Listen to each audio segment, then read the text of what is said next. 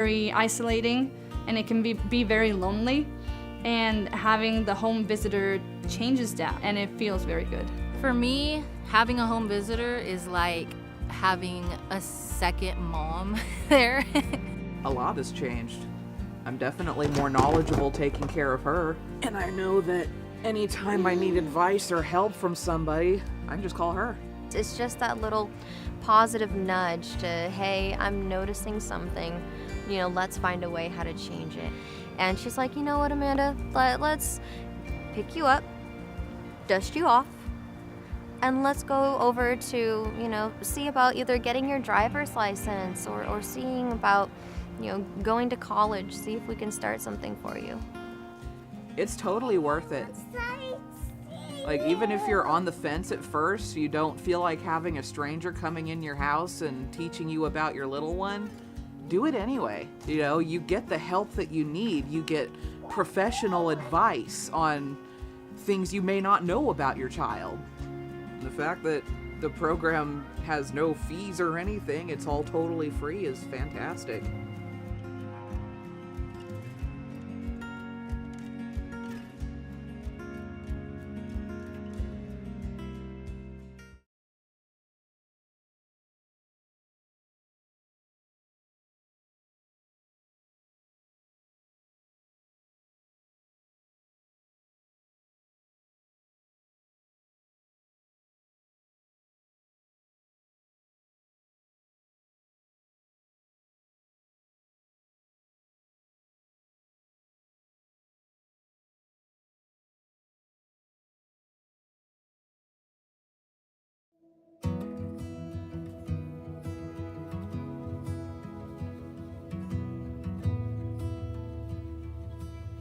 Yo creo que si conozco a alguien que está próxima a ser mamá, lo primero que haría sería recomendarle el programa, porque te entrega mucho apoyo, mucha información y más que nada como apoyo emocional, una guía, te da una visión diferente de cómo es ser papá aquí, quizás en este país. Sí, pues es un bonito programa, porque pues es buena persona la señora y los ha atendido muy bien. Pensé que nada más iba a ser un programa de orientación quizás para los nuevos padres, pero creo que nos llevamos una linda sorpresa porque Gaby es una persona muy cercana a nosotros, es como parte de nuestra familia, siempre ha estado dispuesta a ayudarnos y a escucharnos con nuestras dudas sobre la paternidad, y en nuestro caso, que estamos solos en este país, ha sido como de mucha ayuda. Es un gran apoyo para nuevos padres, y más aún si están en nuestra situación, que somos extranjeros, que nuestra familia y amigos, como dice Carla, están en otro país, lejos. Entonces sí, viene muy bien el programa para apoyarse tanto emocional y como anímicamente, y bueno, en varios aspectos del programa que nos ayuda a seguir adelante con esta nueva aventura. Te ayuda como a ver los distintos recursos que tiene la comunidad para nuevos papás, entonces creo que es de gran ayuda. No queda mucho que agregar, pero lo veo de la misma forma. Que hemos aprendido algunas cosas aquí y pues los han ayudado, como este programa los ha ayudado para seguir creciendo a la bebé, como con buenos consejos y así.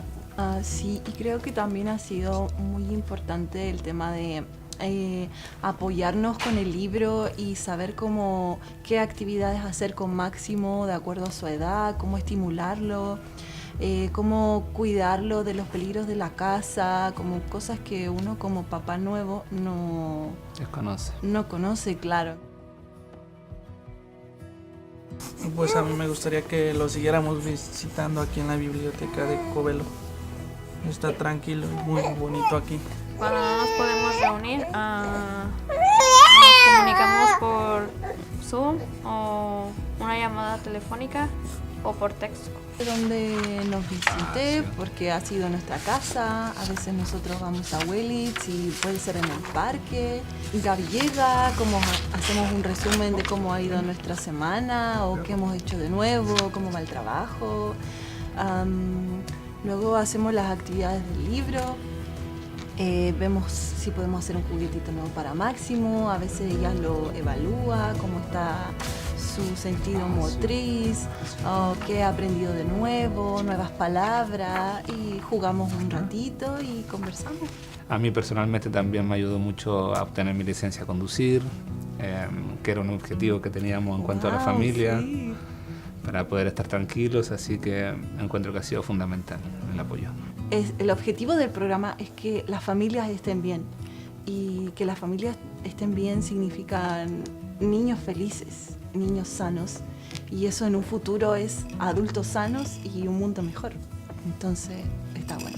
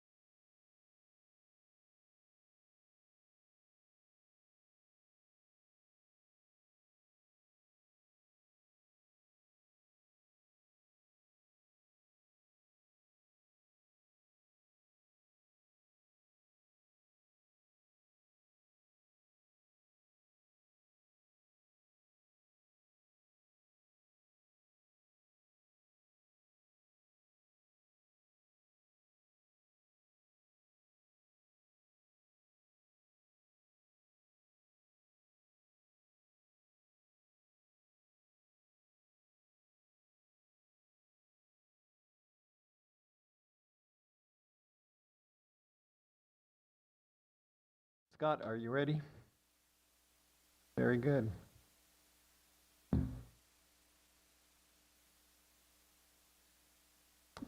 All right, good afternoon, everybody. So I'm John Haschak, the incoming vice chair from last year. And so I'm going to call the Mendocino Council of Governments meeting for February 10th to order at 1:31.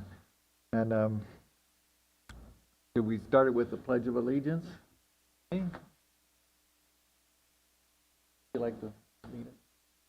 Ready, begin. Pledge allegiance to the flag of the United States, to the republic, nation.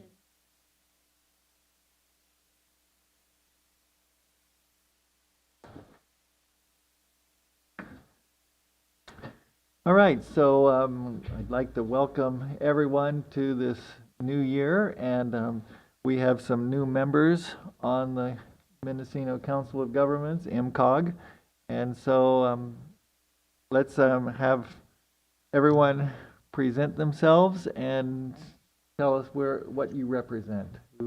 So I'm John Haschak. I'm 3rd District Supervisor from Mendocino County, and I'm a representative of the Board of Supervisors. Tom Allman, newly elected to Willis City Council, I represent. Madeline Klein, 1st District, Mendocino County, of course, here representing the Board of Supervisors. I'm Heather Chris, and I'm newly elected to the Ukiah City Council, so I'm representing the Ukiah City Council. And online? Do we have anyone out there? Is Jeff on yet?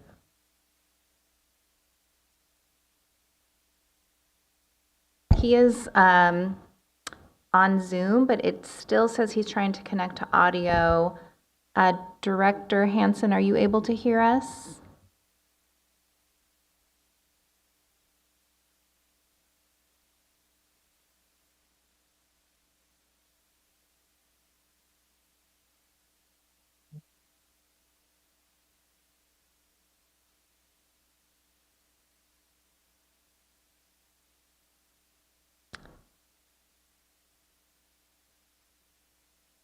Yeah, Director Hansen, we are not able to hear you. So if you're able to maybe try connecting your phone to audio as an alternative.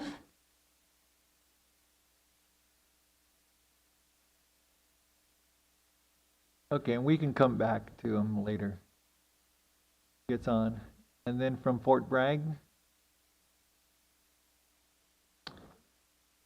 Yeah, our Fort Bragg representative has not joined the meeting so far. Okay, so we'll continue on with business. Oh, Tasha. Hi, Tasha Allstrand. I'm a transportation planner with Caltrans District 1.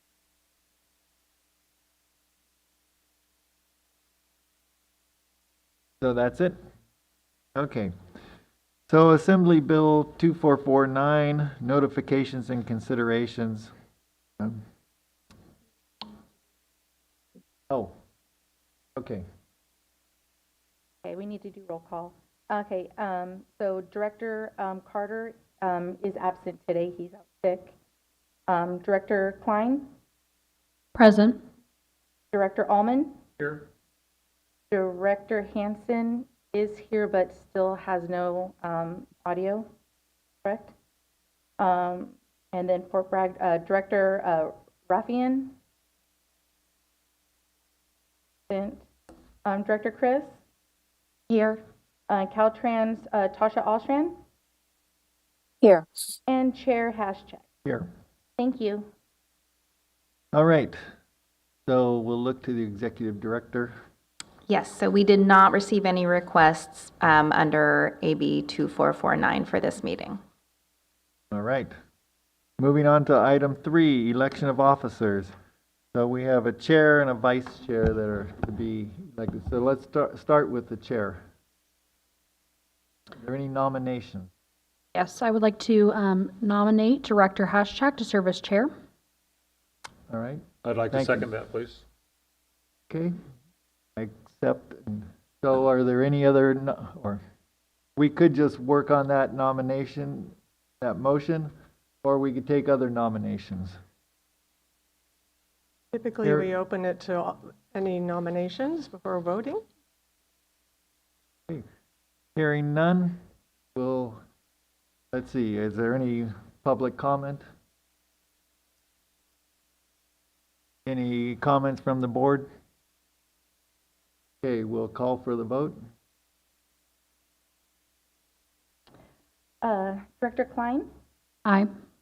Director Allman? Aye. Director Chris? Aye. Caltrans Tasha Allstrand? Aye. And Chair John Haschak? Aye. Thank you. All right. Well, thank you, everybody. And, Supervisor Jurdy, which we'll get to soon, was the chair for many years, and he did a great job in keeping us organized and focused on the issues, and he certainly had a knowledge of the funding streams and the workings of MCOG and transportation issues. So I hope I can, fill those shoes. All right, so we have a vice chair. I talked to Mike Carter, who is a returning member of MCOG. He's not here today, but he said that if he were nominated, he would, receive the positive vote, he would do it. So I'm going to nominate Mike Carter for vice chair. I'll second. Are there any other nominations? All right, hearing none. Any public comment?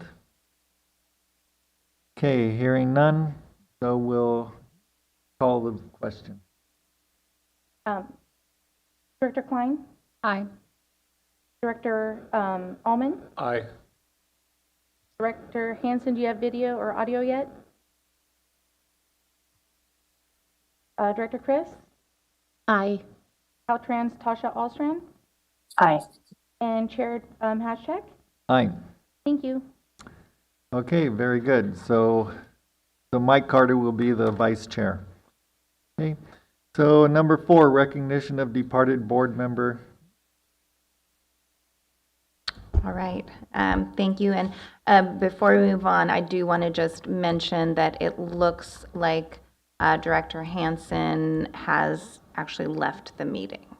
So he is not currently present.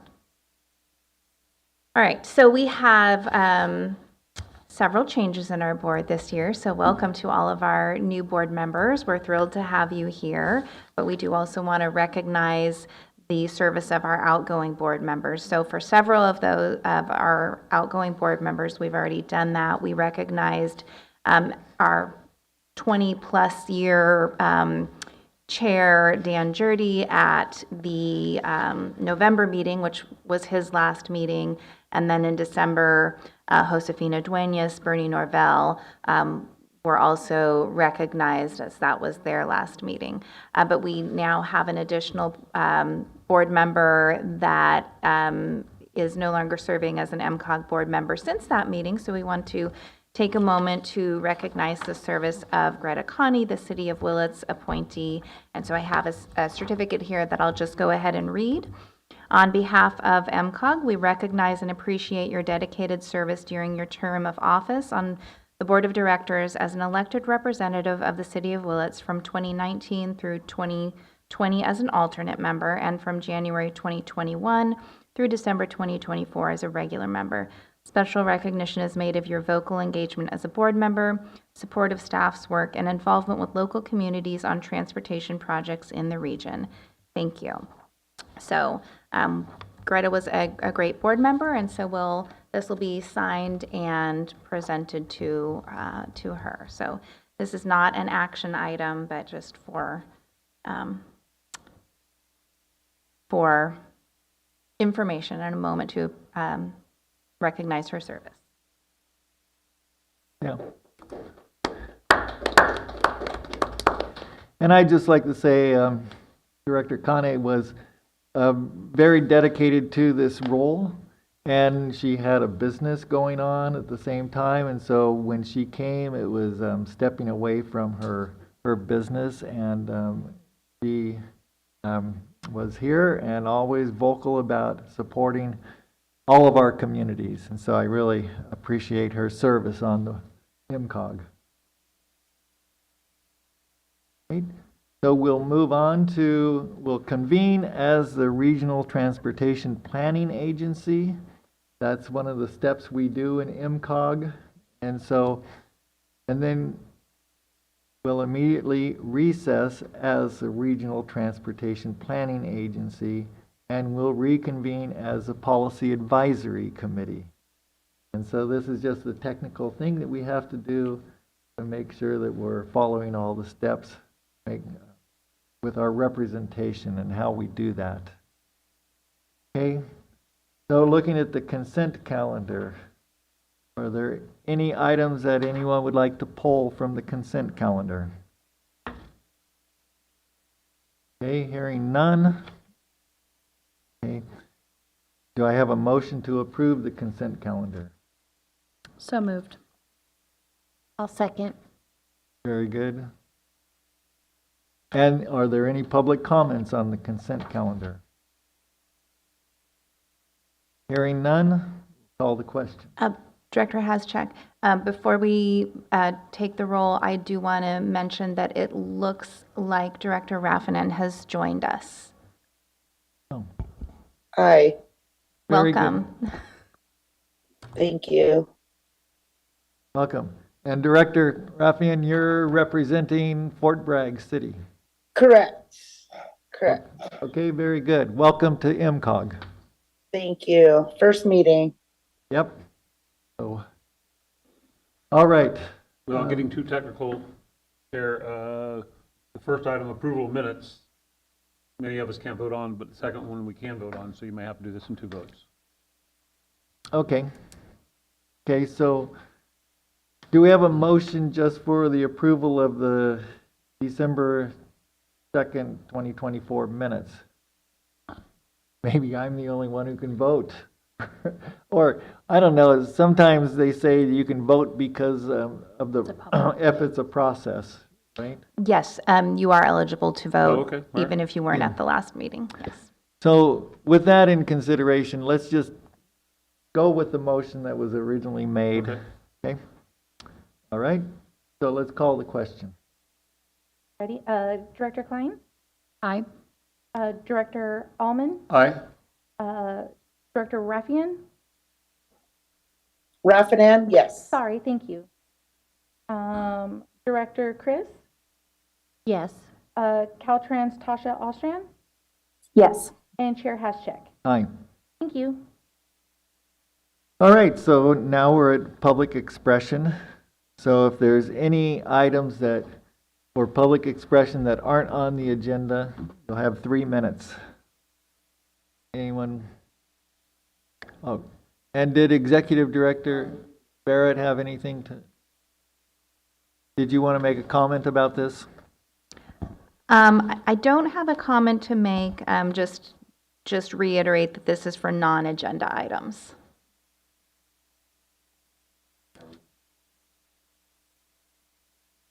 And so I have a question, I guess maybe I should have asked beforehand. Is public expression considered a line item itself? Because I have a comment about the wording of public expression. What's your, just tell us what your comment is. My comment is no action will be taken. I think that that should be stricken from public comment. There's a reason why that we're here, is we're hoping that action will be taken. And so we think that no action will be taken as just one pure sentence at the beginning and at the end should say no action will be taken right now, no action might not be taken, action might be taken in the future, but no action will be taken is such an absolute sentence. My comment is that that should be stricken from the public expression, and the sentence should be changed to something that allows the public to feel like if I'm going to come here and do something and say something, that this sentence should not be in here. It's too absolute. Yeah. That's my opinion on public expression. That's why I want to know if it was a separate line item, because then I get another 3 minutes to also have my public expression. Okay. So I want 6 minutes. Well, I think that item, no action will be taken, is to comply with the Brown Act. I follow and that. So we'll talk about that, and we'll. I'd like you to overlook that in the future, and maybe with the county council also overlook that in the future. With public expression, it's that fine line of, making sure that the public is heard and that any board member can bring that back as an item. It's certainly I follow that. appreciated. And just no action will be taken is a pretty absolute sentence with only 4 or 5 words in it, and it's discouraging to the public to know that no action will be taken when I'm coming up here. Okay, so we can move on to the public expression part. Yes. Again, my public expression is going to be about the word traffic, and I have a follow-up colleague that's with me today who also has been, I guess I would call her a colleague and a neighbor, who's attended a lot of the MAC meetings that I go to in Redwood Valley, and has kind of been concerned more and more about how come I keep coming to these meetings and how we can't get the speed limit on some of our local roads to people to slow down, and how we can work on that, especially around the school and around our park. And so I'm going to leave it to her and let her finish up on that. But this word traffic, I think we need to look at it really close. How about no immediate action will be taken? Simple. For the public comment. Extra word, simple solution. Okay, thank you for letting me speak here. Hello, everybody. Hello, MCOG, Chair, Madeline. And please introduce yourself. I will. What is wrong with our roads? It's the interpretation of the word traffic. My introduction will follow. I've set this up. Road traffic in the United States is the movement of vehicles, pedestrians, and other conveyances on roads. It also includes the infrastructure of the roads, the environment, and the people who use the roads. Components of road traffic are vehicles, cars, trucks, buses, mopeds, bicycles, and other vehicles. Pedestrians, people walking on sidewalks. Ridden animals, animals that are ridden or herded. This is from the dictionary. Good afternoon, esteemed Mendocino Council of Governments. My name is Peen Riz Yarbrough, and I live on West Road. I am one of the many residents who live on a private driveway along West Road in a rural residential neighborhood where our main road is accessed over unpaved driveways, easements, and secondary country roads. We, my family, own 2 cars and 2 bikes, although the latter have been unused since we moved to Redwood Valley in 2018 because West Road is too dangerous for biking. Even if the speed limit is 40 miles per hour, the road is straight as an arrow, there are no speed bumps or traffic slowing down features and maximum traffic speed reminders, stop signs or traffic circles, and there is no speed limit enforcement. People regularly drive over the speed limit and often way over the speed limit, and I sleep along West Road, so I hear that. I realize that we're meeting here today to talk about ways to improve our transportation options. My comment may seem like it's off topic, but you're all here today, and we too want to improve our transportation options, just not by increasing the speed limit or the number of vehicles on the road, but by opening up our roads to our traditional, recreative, utilitarian, and non-motorized chosen ways of transportation and leisure activities, on our bikes, with our pets, strollers, horses, and tractors. After all, this is the mission of MCOG, as it is stated on the website. Here's the MCOG vision. Regional and local government working together to connect communities, create thriving town centers, and develop healthy, livable neighborhoods for drivers, cyclists, pedestrians, and transit riders. My request to you is to follow this mission with these actions. Please lower the speed limits on east and west roads to 35 miles per hour. Begin enforcing the speed limit to protect our communities. Add speed limit signs every 500 feet. Consider the placement of traffic slowing circles at sensitive road crossings on east and west roads. We can help you determine where those most dangerous intersections are. Patrol and enforce these lower speed limits to start on East Road at Lions Park, at the Redwood Valley Grange, the local gas station, and the intersection with School Way. We are tired of making accommodations to scofflaws and changing our ways of life. We are more than tired of letting speeding cars determine what we can and cannot do on our roads. Please help us get our roads back. Thank you for your time. Thank you. Are there any other comments for public expression? None online? No, none online. Okay, so we'll move on to the regular calendar. Number 10, public hearing. Unmet transit needs for fiscal year 2025-26, including Social Services Transportation Advisory Council recommendations of January 8th, 2025. I'll look to the Executive Director for this. All right. Janet Orth, our Deputy Director and CFO, is going to handle this item. Greetings, everyone. So this public hearing comes from Transportation Development Act statutes, and MCOG is responsible for administering the TDA, as we call it for short. And I would like to go straight to finding a proper notice. And at this point, we have proofs of publication from all of the newspapers that we published in. Let me ask the clerk, did we get the proof from Fort Bragg? Okay, that was the final one we were waiting for.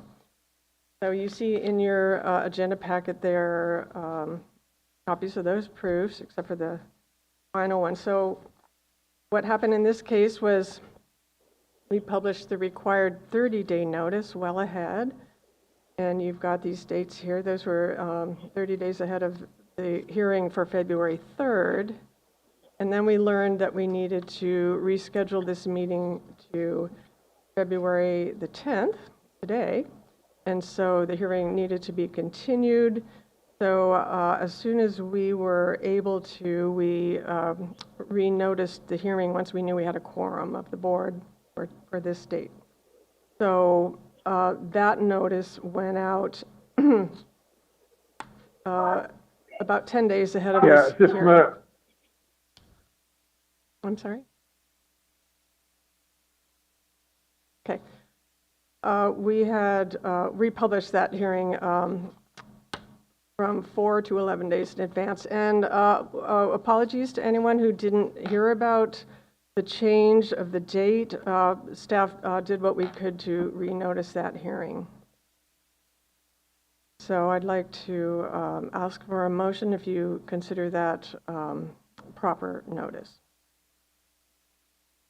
Okay, so is there a Any motion questions? to consider that proper notice? Alderman will make a motion to consider that proper notice. Sure. Second. Okay, so Okay. it's been That was moved from and Fort Bragg. seconded. Do we need public comment on that? Not as far as I know. Okay. It's a matter of form. Oh, is there any public comment on that? We'll just, okay, seeing none. Okay, let's call the question. Director Klein? Aye. Director Allman? I just want to make sure I understand what we're voting on. Just the finding of proper notice. Just a proper notice. All right. Aye. Yeah. Sure.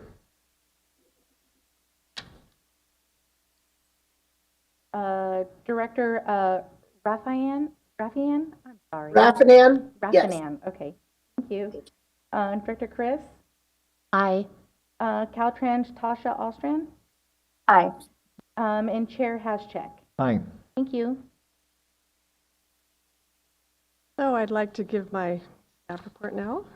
Ready for that? So I would like to just note that this hearing is limited to public transit services. It's part of a process that we go to forward unmet transit needs to Mendocino Transit Authority for analysis, and it goes to our transit committee and then back to the Social Services Transportation Advisory Council. So 2 more committees will review. And we do have written testimony for the record. In your agenda packet, you have a list of needs from our annual Unmet Transit Needs Workshop by the Social Services Transportation Advisory Council. So they found 6 needs that they wanted to bring forward, and they also endorsed 7 more needs that Mendocino Transit Authority has collected through their public board meeting, for a total of 13 recommended unmet transit needs for analysis. And at this point, we don't need to determine whether they meet the definition. That's also in your packet. We just need to move that any of these appear to be unmet needs and that should be forwarded on for analysis to MTA. And so on the other side, when we come to board action, you'll see the proposed motion. Also, I did receive written testimony this morning from one member of the public, and I will read that for the record. And this is from Sue Budlong. I don't know if I'm pronouncing that correctly. And the message is, the testimony is, the time is long overdue to address the transit needs of the town of Compshe. Thank you for your serious consideration of this issue. And I might also note that this might be able to be tied to number 2 on the SSTAC list, which talks about mobility solutions or transit services for remote coastal communities. So that's something that MTA can take a look at when it comes to them. And that is all that we received from the public in advance of the hearing. So I think now I've said all I need to about public input, and we can take any additional public testimony. Well, certainly the question will be, there's more unmet needs in Mendocino County than are listed here. there are plenty of them. There always are, and it comes down to the board will make a finding after this goes through committees. Those two committees will recommend on whether any of these are reasonable to meet, and that's another definition. And if any of these are found reasonable to meet, then they go into the budget and they're to be funded in some way when MTA makes their annual claim for funds, and that happens in June with budget adoption. So, and there are times when needs can be met without adding new funding. There may be partnerships that can be made, or maybe just a variation of a fixed route, or some other way that we can meet a need. And that's something that'll come out as we further analyze the list. Thank you for that clarification. Yeah. Any comments from the board? Okay, we'll look, since this is a public hearing, we'll look to the public.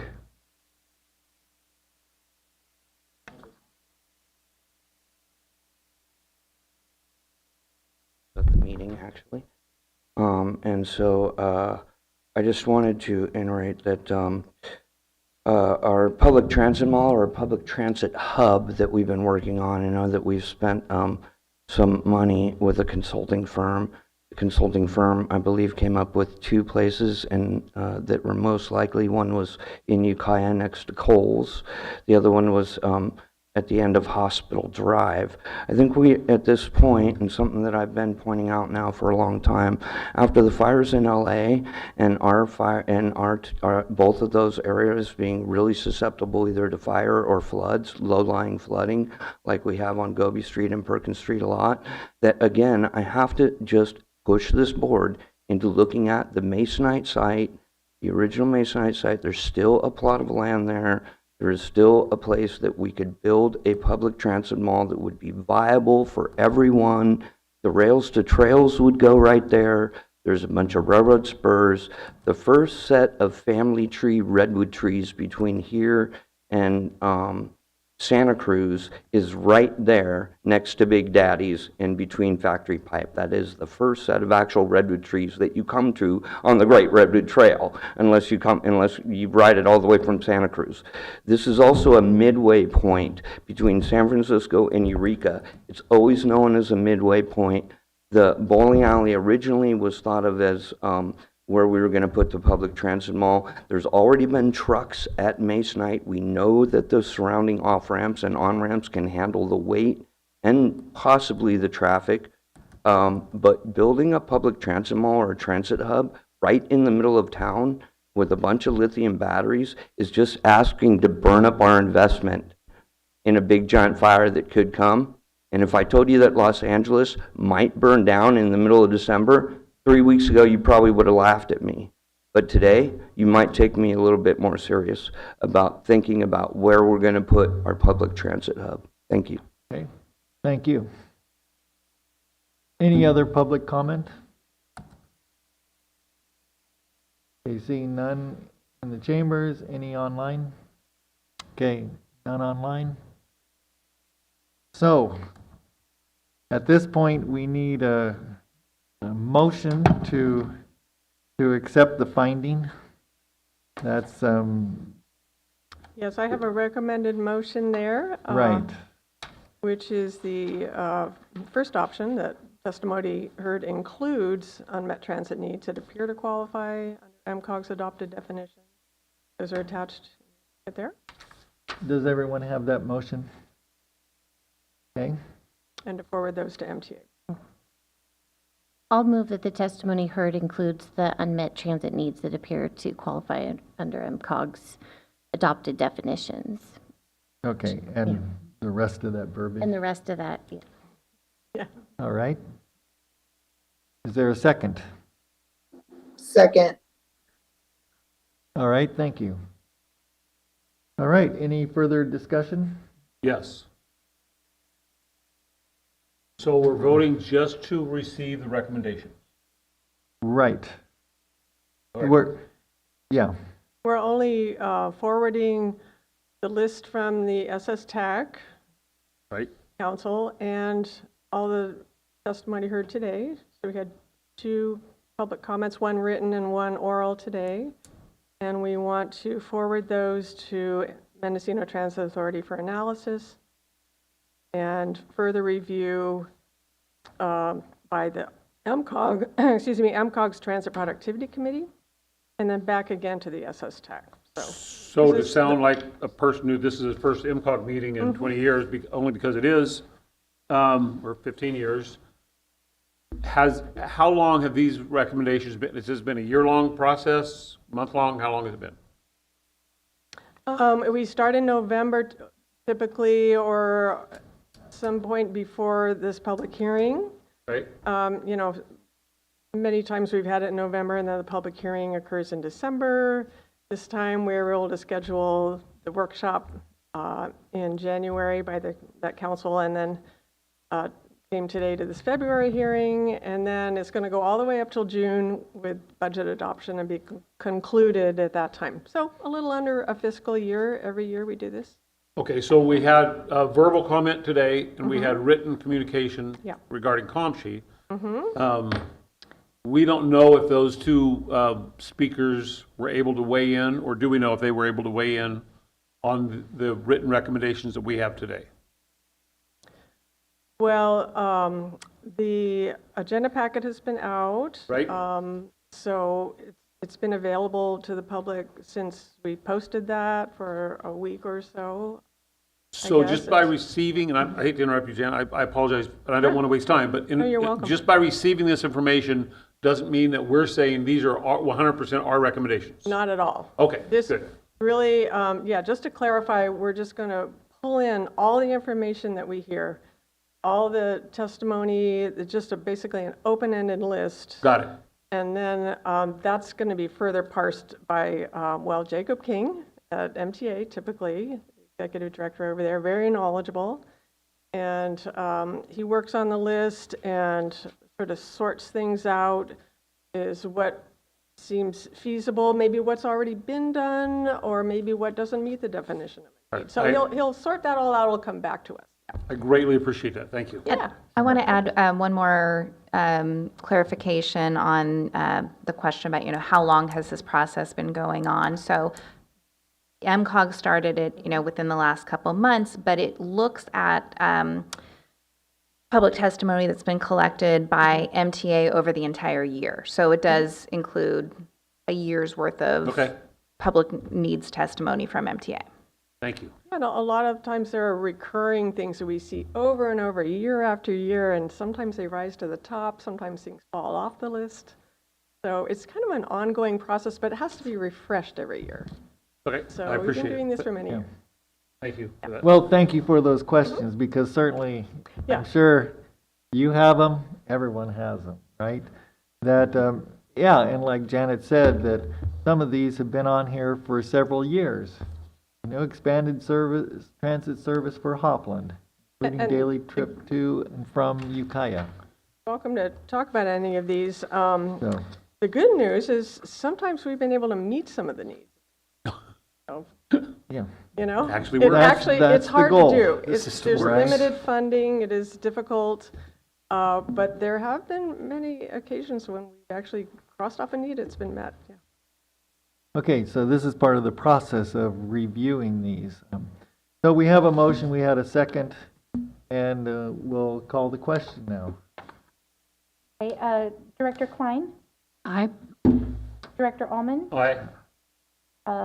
Director Rafian? Raffinato? Yes. Rafian. Okay, sorry, thank you.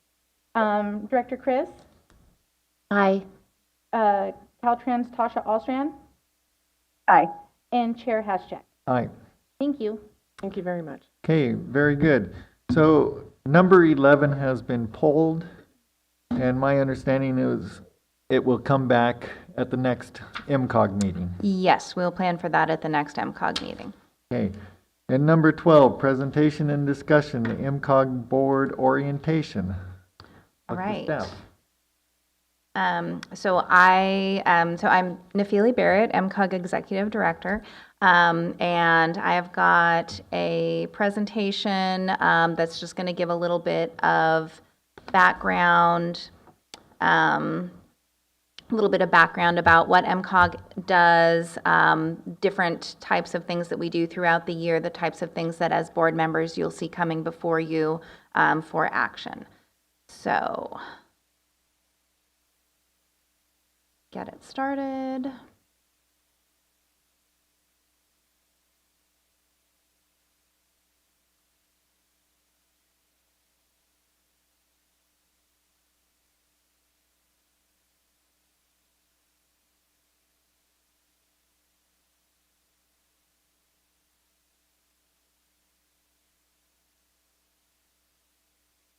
All right.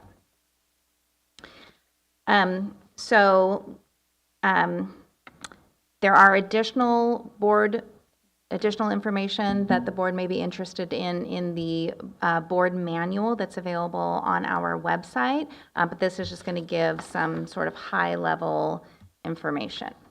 So the Mendocino Council of Governments, MCOG, was formed in 1972 through a joint powers agreement following approval of the Transportation Development Act.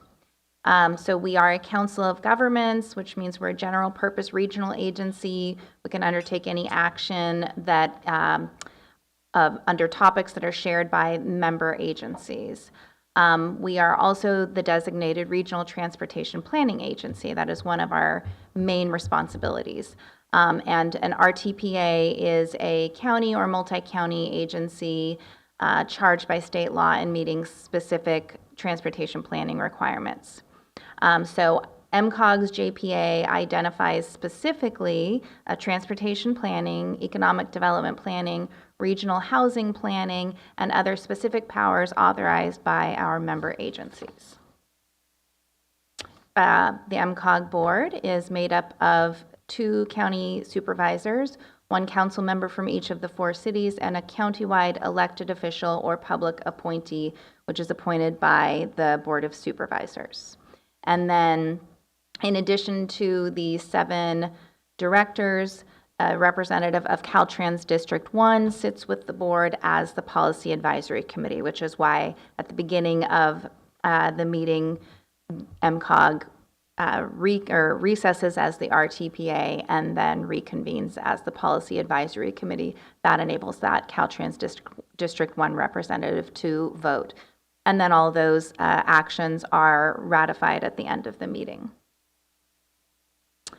So MCOG, the board has 2 officers, chair and vice chair, just approved. There are also standing committees of the board. So the Policy Advisory Committee that I just explained, that includes Caltrans District 1, our Executive Committee, which is the chair, vice chair, and 1 additional board member. That committee meets once or twice a year. And then our Transit Productivity Committee, which meets typically just once a year. We also have standing committees that are advisory to the board. These do not include board members, but these committees make recommendations to the board for action. So that's our Technical Advisory Committee, which is made up of staff members from city and county public works or engineering staff and planning staff, as well as Mendocino Transit Authority and county air quality management. And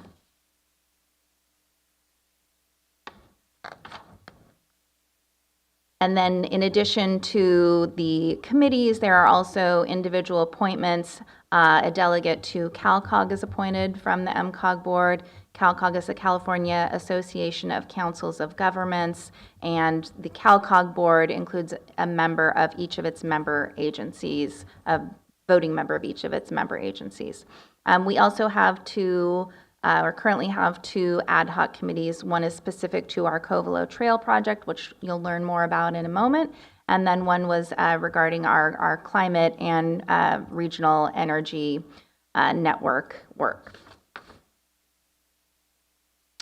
So staffing of MCOG is provided entirely through contract. Their contracts with 2 firms. Dow & Associates provides the administrative and fiscal services staffing, as well as administrative for SAFE, which is the Authority for Freeway Emergencies. That is the call box program. We'll talk more about that in a moment. And then more recently, the Northern Rural Energy Network, which we'll also talk more about. Here's a staff listing here. I won't go through all these names, but these are the people that you'll be seeing reporting to you during meetings. And if you have any questions, reach out to any of us at any time. And then planning services and safe planning are provided by Davy Bates Consulting. And you've got the staff names for that as well. All right, so MCOG responsibilities. We have, as I mentioned, as an RTPA, we have certain responsibilities that are identified in statute, and then other items that have been identified by the MCOG board or that have just become responsibilities as new state, as the state implements new programs that we have to respond to. So our responsibilities include fiscal oversight and allocations, transportation policy development, advocacy, and advocacy could be, advocacy regarding legislation that could affect our area. It could be advocacy regarding grant programs and whether or not our local agencies might be eligible for those, ensuring that. So that looks like can look like a lot of things. Advocacy for how projects might be implemented and how that might affect our local agencies. We also have responsibility for management of the State Transportation Improvement Program, which is a capital funding program. Of course, transportation planning, and then the regional housing planning and regional housing needs allocation. That's something that we're responsible for periodically. Special projects as they arrive, and then the Northern Rural Energy Network. And if there are questions at any time, feel free to interrupt me. So with this slide, I'm going to actually hand it over to Janet to talk about our fiscal oversight and allocations. Okay, I did mention TDA a little earlier, Transportation Development Act. That's top priority. We are responsible for administering that, and that has 2 funding sources. The local transportation fund comes from the quarter-cent sales tax that's county-wide and dedicated to transportation, and that comes directly to MCOG. That's a major source of our funds, and that's running around $4 million a year right now. The state transit assistance is a lesser, smaller fund that comes from fuel taxes. And I won't explain how. It's gone through some changes with state law and a little bit convoluted, but we do get that by a certain formula. And that's running about $1 million a year. Let's see. Budget claims, reports, fiscal. These are all the things. I'm responsible for a lot of these. Here's a document that's our budget, and that's online. We just amended that at our last meeting in December. We had various changes to make in there, but you'll always have that reference. It brings in all of the funding sources that we have available to us. And I will say, so for a long time we had 15 different cash accounts, and this is all kept in the county treasury. We use the Munis finance system. We don't, as MCOG or MCOG staff, Dow & Associates, anybody, we don't have any access to cash at all. We submit claims, accounts payable to the county for processing. We have a whole procedure for that. And funds come directly into our accounts, usually electronically. So that's where the money is. It's in the county treasury, set aside in our specific trust account. So there's a lot of reporting that goes along. We had 15, now we have, I think we're up to 17 different accounts. We've had to add a couple of new programs in the past year, which we'll, of course, be talking about. But in any case, we have annual fiscal audits and I'm responsible for those. We've had clean audits every year. I'm happy to report. We've got a pretty good system down. We go out with a request for proposals after every 5 years for a fiscal auditor. There aren't very many that know this kind of, public sector transportation, the field, but we've had some regular auditors that we use. And the performance audits, that's again from the Transportation Development Act. Every 3 years, we have that triennial audit, and again, we hire a consultant, through a public, process request for qualifications, and they come and audit us. We're under one right now. So we have Moore and Associates. It's very expert in these matters.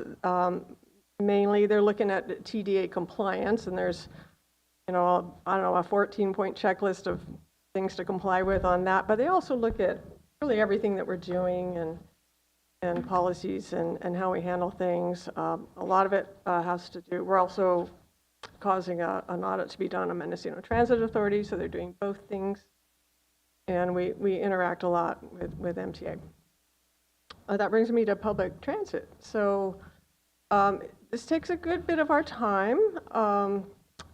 We basically are responsible to oversee a lot of MTA operations. So we have that Transit Productivity Committee, and that consists of 2 MCOG board members, 2 MTA board members, and 1 member of the 5 senior centers in the county that provide transportation.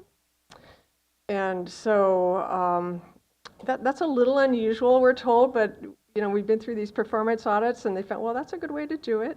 It's kind of like a partnership. We get a lot of good understandings that way of how things are done. And so that transit committee looks at data that's collected by MTA. It looks at the annual transit claim. It's going to look at these unmet needs that you just heard about. And also, MCOG has adopted standards for certain transit measures that they strive to meet, and if they're not met, we kind of look at, well, why? And the point is to have the best use of public funds, most effective use. So we oversee that through kind of a partnership with MTA, but we bring those recommendations to this board.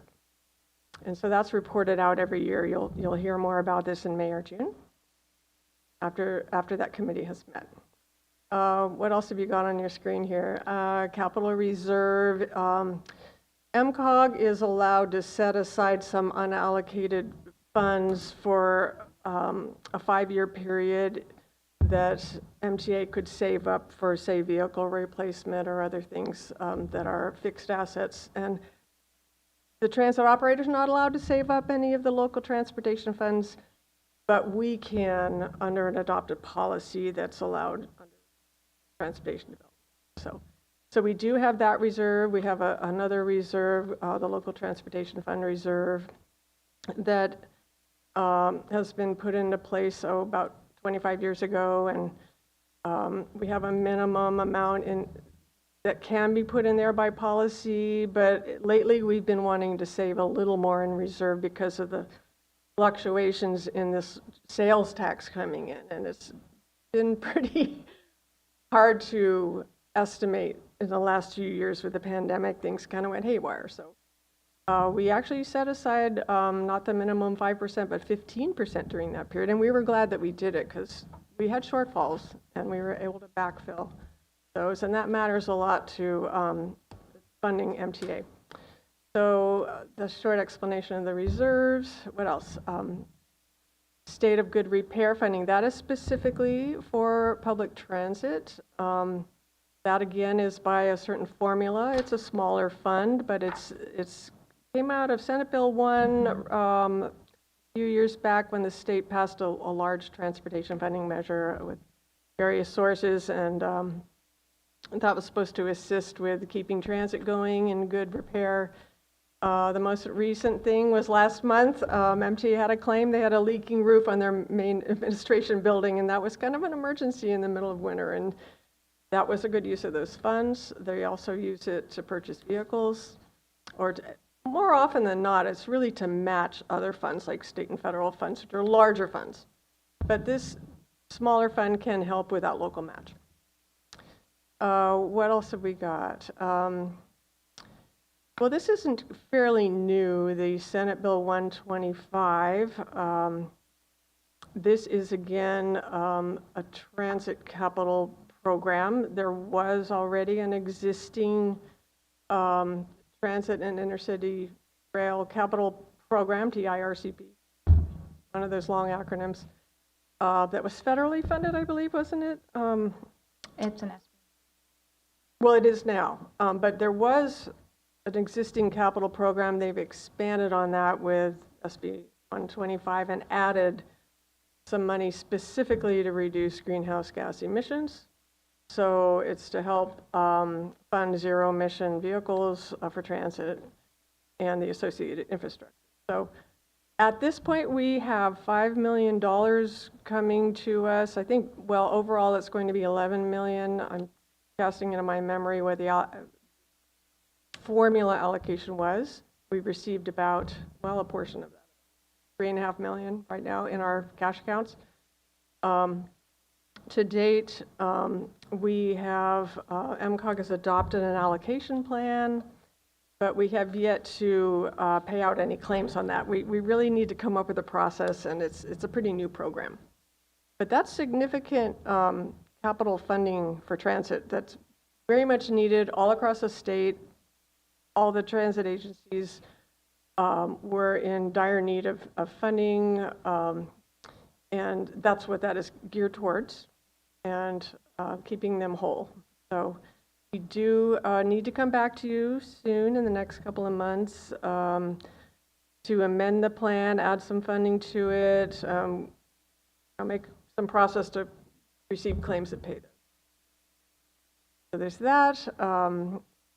And I'll take questions anytime if you like. We're just kind of improvising here, but the last one on this page is the Surface Transportation Block Grant Program. That's been around for a long time.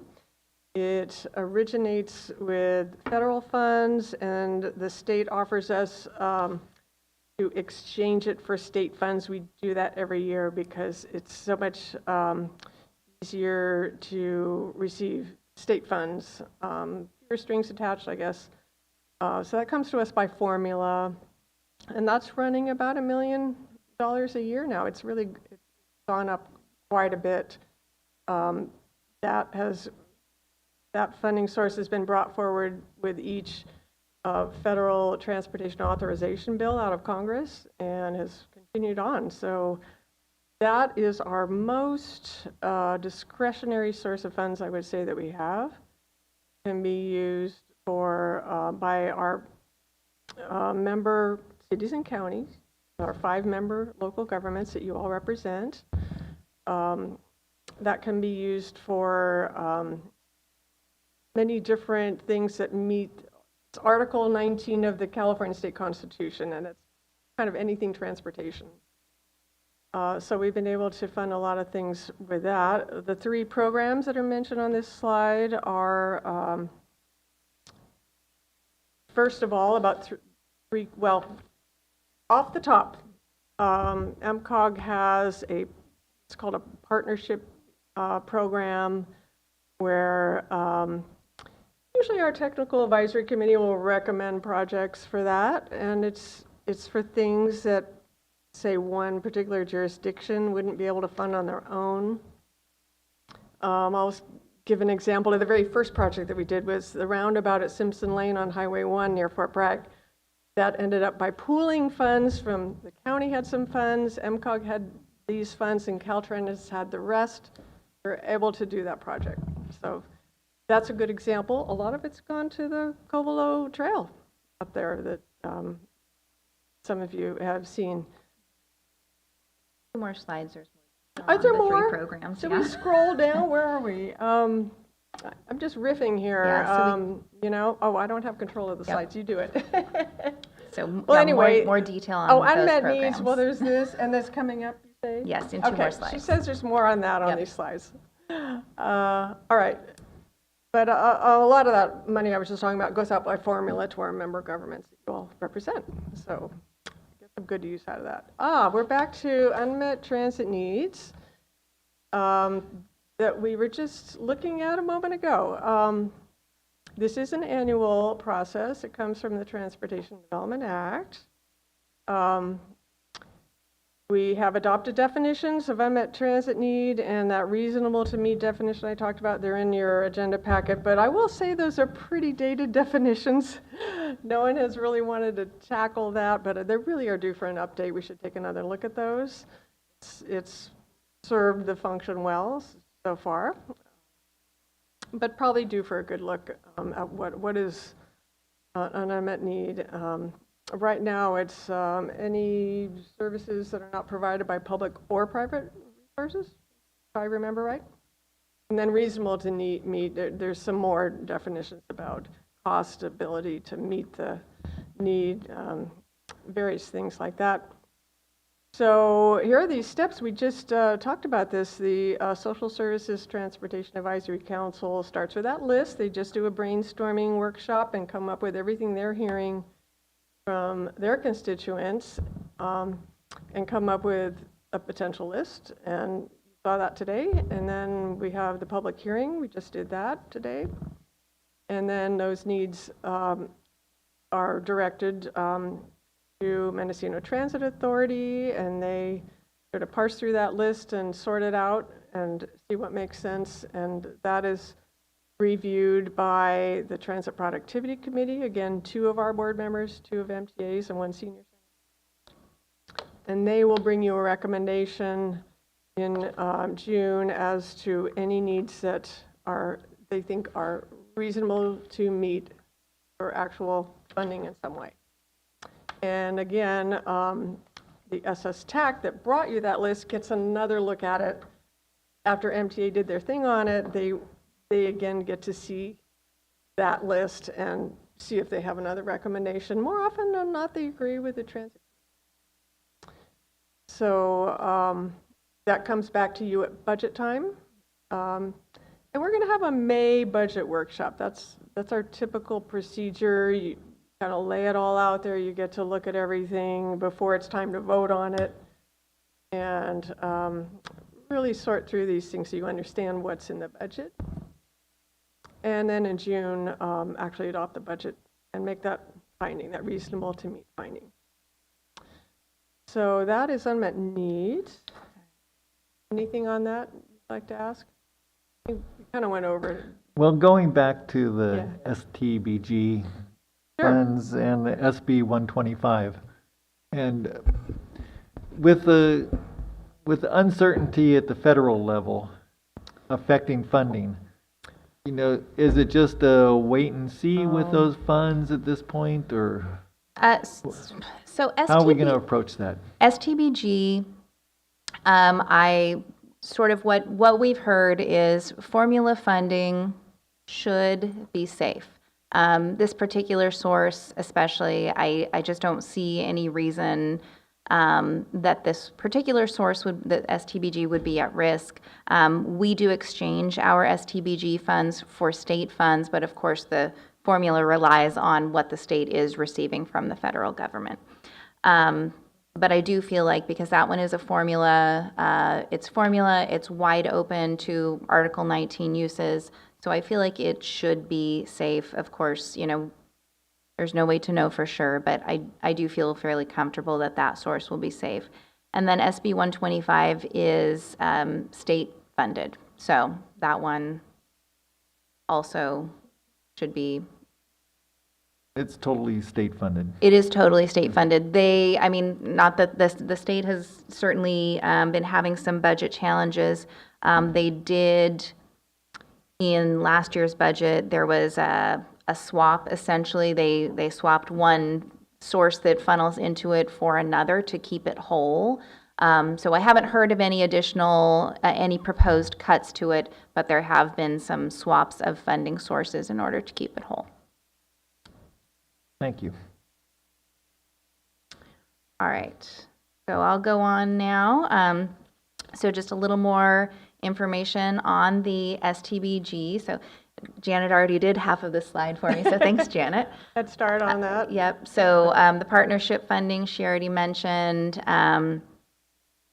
Another program of this is the regional project management. This actually funds, partially funds a staff position that it provides local assistance to our local agencies to help with project delivery, reporting, grant applications, a whole variety of things. And that came out of a board strategic planning workshop a while back. And the idea was, let's not do all this planning and have these plans sit on a shelf, don't let them die there, because all of your staffs have really limited capacity, right, to do things. And so it seemed like a need at the time was for MCOG to help them with some of the stuff we do. Don't miss opportunities to get funding just because they don't have time or the expertise to do some kind of application or claim. And so we actually have a staff person now funded through this. Seems to be a good use of funds, and they're pretty busy all the time. Hopefully providing some good local assistance. And then the balance of that STBG funding goes to our local agencies. So this 1.3 million that's noted here is an annual amount. That does include a chunk of that is specifically identified for the county, and then the rest is distributed by formula to the local agencies. An additional funding program that MCOG has is our 2% local bike and ped program. This is an annual set aside in the budget. It's 2% of our LTF estimate after the initial allocation. So for the fiscal year 24-25 budget, that came to $73,770. It is a fairly small amount of money, so a lot of times it can be used as like a grant match to secure a larger project. Oftentimes we'll save up a couple years of funding rather than do a call for projects each year. It is something that's optional, so there have been occasional times, it's only happened twice in my memory, where the board has opted not to set that 2% aside when we've had limited funding in the budget, but it is typically an allocation that's made every year. And that's the bike and ped, it's a capital program. A couple examples of things that has funded. There's a pedestrian bridge in the Laytonville area that was cobbled together a number of funding sources. Part of that was the 2% bike and pedestrian funding, and then bike racks that were installed several years ago throughout all of our jurisdictions. And then additional funding program are planning funds that go into our transportation planning work program, and we'll talk a little bit more about that when we get into the discussion about the planning work program. So additional funding programs that are awarded through MCOG, carbon reduction program. This is a newer program. There were 5 years of funding approved. This is one that is less certain. The future of this program, or the outer years of this program, I would say, are less certain. So we currently have access to 3 of the 5 years that were approved. This is for capital or planning projects that reduce carbon, reduce emissions. So the state identified priorities for this are bicycle and pedestrian projects, rail and transit projects, zero emission vehicle infrastructure, and managed lanes. The MCOG board previously adopted policies that would be used to award funding to projects. This is also a fairly small, it's all by formula, and so as a rural agency, we don't get a ton. So it's a fairly small funding source. ranging between 161,211 to 164,435 annually. We recently did a call for projects for the first 2 years of funding and did not get any applications. So we've been working with our local agencies to identify projects. That'll be coming back to the MCOG board within the next couple of months for action. We'll be talking with our technical advisory committee later this month about project selection for that. And again, we're only awarding the first 2 years of funding right now. That, my understanding is that funding has already been received. It is federal, but it's already been received by the state. So that's why those early years are a little more secure, but the outer years are less certain at this point. And then the State Transportation Improvement Program, these next two tie together, the State Transportation Improvement Program and the Regional Transportation Improvement Program. So the STIP, it used to be a substantial capital funding source for transportation projects. This is something we get a fund estimate from the state every other year. And then so the fund estimate is adopted in late summer every year, and then we receive the amount, or it identifies the amount that each region will have to program. So of the total amount that goes into the STIP, the state programs 25% of that for projects on the state highway program that they select, and then regions program 75% of that. And that's the regional improvement program portion of that. It also includes planning, programming, and monitoring funding. It's 5% of our total, and that is one of the funding sources that goes into our annual planning work program. So the way that we program our STIP funds is through the Regional Transportation Improvement Program.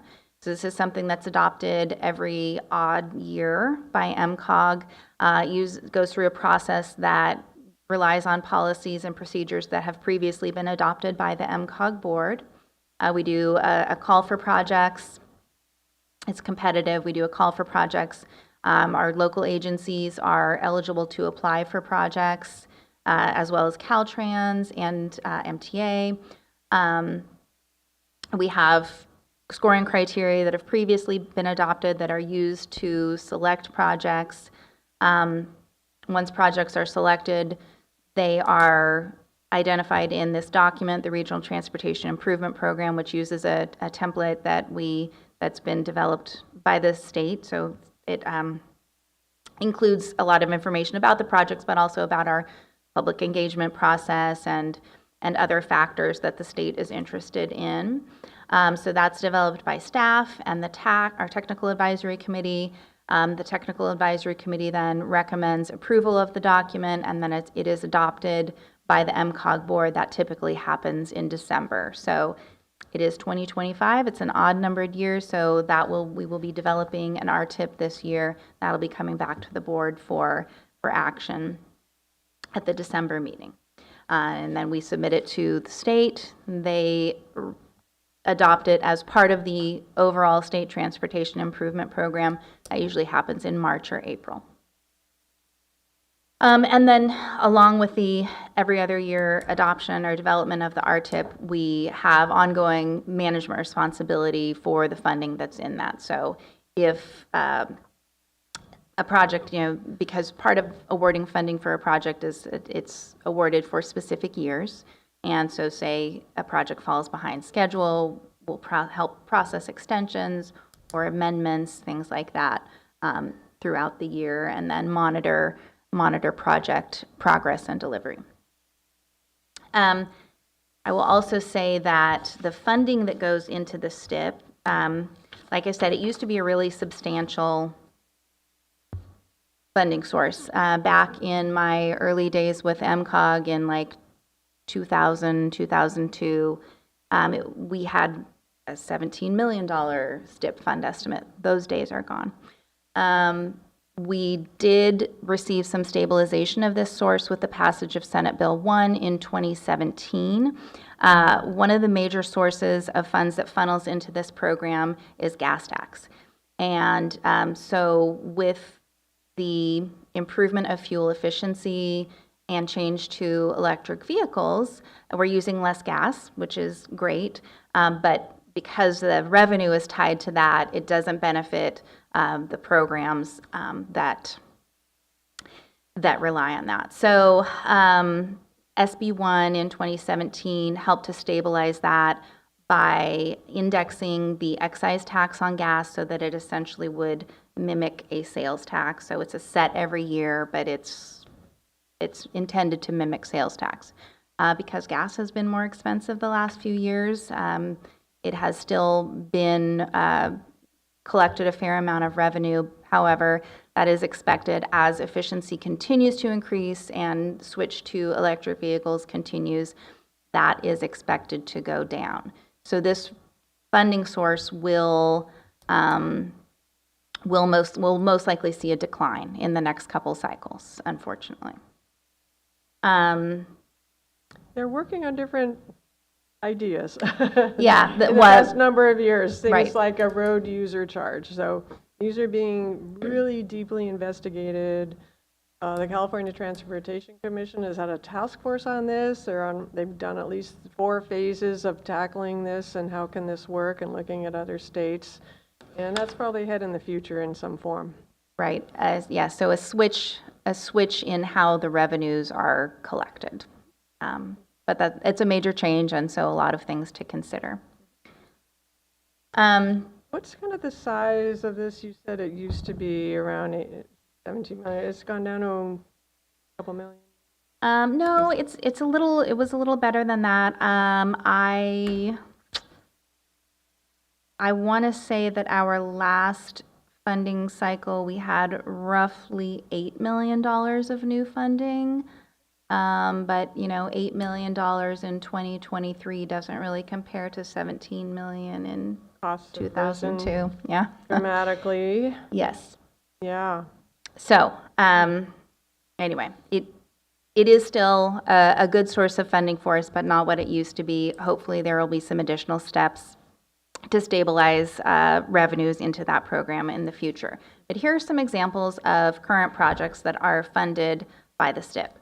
So the county has 2 projects currently funded. The North State intersection and interchange improvements. This will install roundabouts at KUKI and the southbound US 101 interchange at North State Street, and it'll relieve a lot of the circulation issues. It'll improve safety. There are quite a few accidents in that area. It'll improve the flow off the freeway at that location. It'll create a lot of improvements. And this actually came from a planning study that the county did several years ago that conceptualized this project. And then a newer project was rehabilitation pavement rehabilitation on Mountain View Road. The county was awarded STIP money, combined it with other funding that they had to be able to deliver a lot more benefit, a lot more pavement rehabilitation, and longer lifespan than they would have been able to do without the STIP funding. And how much did we contribute to that? I believe it was an additional $2 million of STIP funding went towards the project. Yeah, it seemed like it was around that. Yeah. I'm sorry, I'm just looking to see if James is on. He might be able to chime in. Sure. James. It was $2 million. $2 million, thank you. So James is our manager. Sorry, I'm driving. Pardon me? I said sorry for the noise, I'm driving. He was planning to be here today, but unfortunately wasn't able to be. But James manages the STIP for MCOG. So then City of Ukiah has a roundabout project at the Low Gap and Bush intersection. And then a Caltrans implemented project is the Wallala Downtown Streetscape Enhancement Project that'll provide bicycle and pedestrian improvements, safety improvements through downtown Wallala. This is a project that also has a significant amount of competitive grant funding through the Active Transportation Program, but STIP funded the project development for this project, and then also supplemented construction. So there's some examples of projects that are currently funded through the STIP. So now on to our planning program. So this is what, we as staff really covers a lot of what we all do throughout the year. So it is an annual program. It is funded by a variety of funding sources, including the local transportation funds, LTF, that Janet talked about earlier. Rural planning assistance, this is a state funding source, and I'm actually have some good news to report on that. For the last 10 years, it's been a flat amount of $294,000 annually that we receive from the state, but we just got word this morning. We knew that there was going to be an increase, and we just learned the amount of that increase this morning, so it's gone up to $404,000. So that was great news. Hopefully it won't be another 10 years before we see another increase, but we're really pleased with that. And then another source is the planning, programming, and monitoring funding that is the 5% of the STIP funds, and then various state and federal grants. So the work program is developed every year. It is a collaborative effort of staff and our technical advisory committee. We have sort of standing work elements that happen every year, and then individual projects, special projects that are included as well. When funding permits, we have a call for projects, and our local agencies can submit applications for projects, which is most years we're able to do that. We do sometimes have larger projects that require a little bit more funding, and so then there's less money available, or like we've been looking at this flat $294,000 for 10 years, made it a little harder each year to fund some of our projects, but this increase will really help that. So collaboration between staff and our technical advisory committee, and then the technical advisory committee recommends approval, and ultimately it's adopted by the MCOG board. So that's something that we'll be talking with the TAC later this month about. Alexis Pedrati is here. She manages the overall work program, and so she'll be working with the TAC to come up with a recommendation that'll come before the board within the next few months. And every transportation infrastructure project to be built has to start with a plan. You have to have feasibility studies and plans and things like that as kind of step one in developing any kind of improvement. Yes. So here are some examples of work elements from the overall work program: regional government and intergovernmental coordination, planning, programming, and monitoring. This is the work we do with the STIP.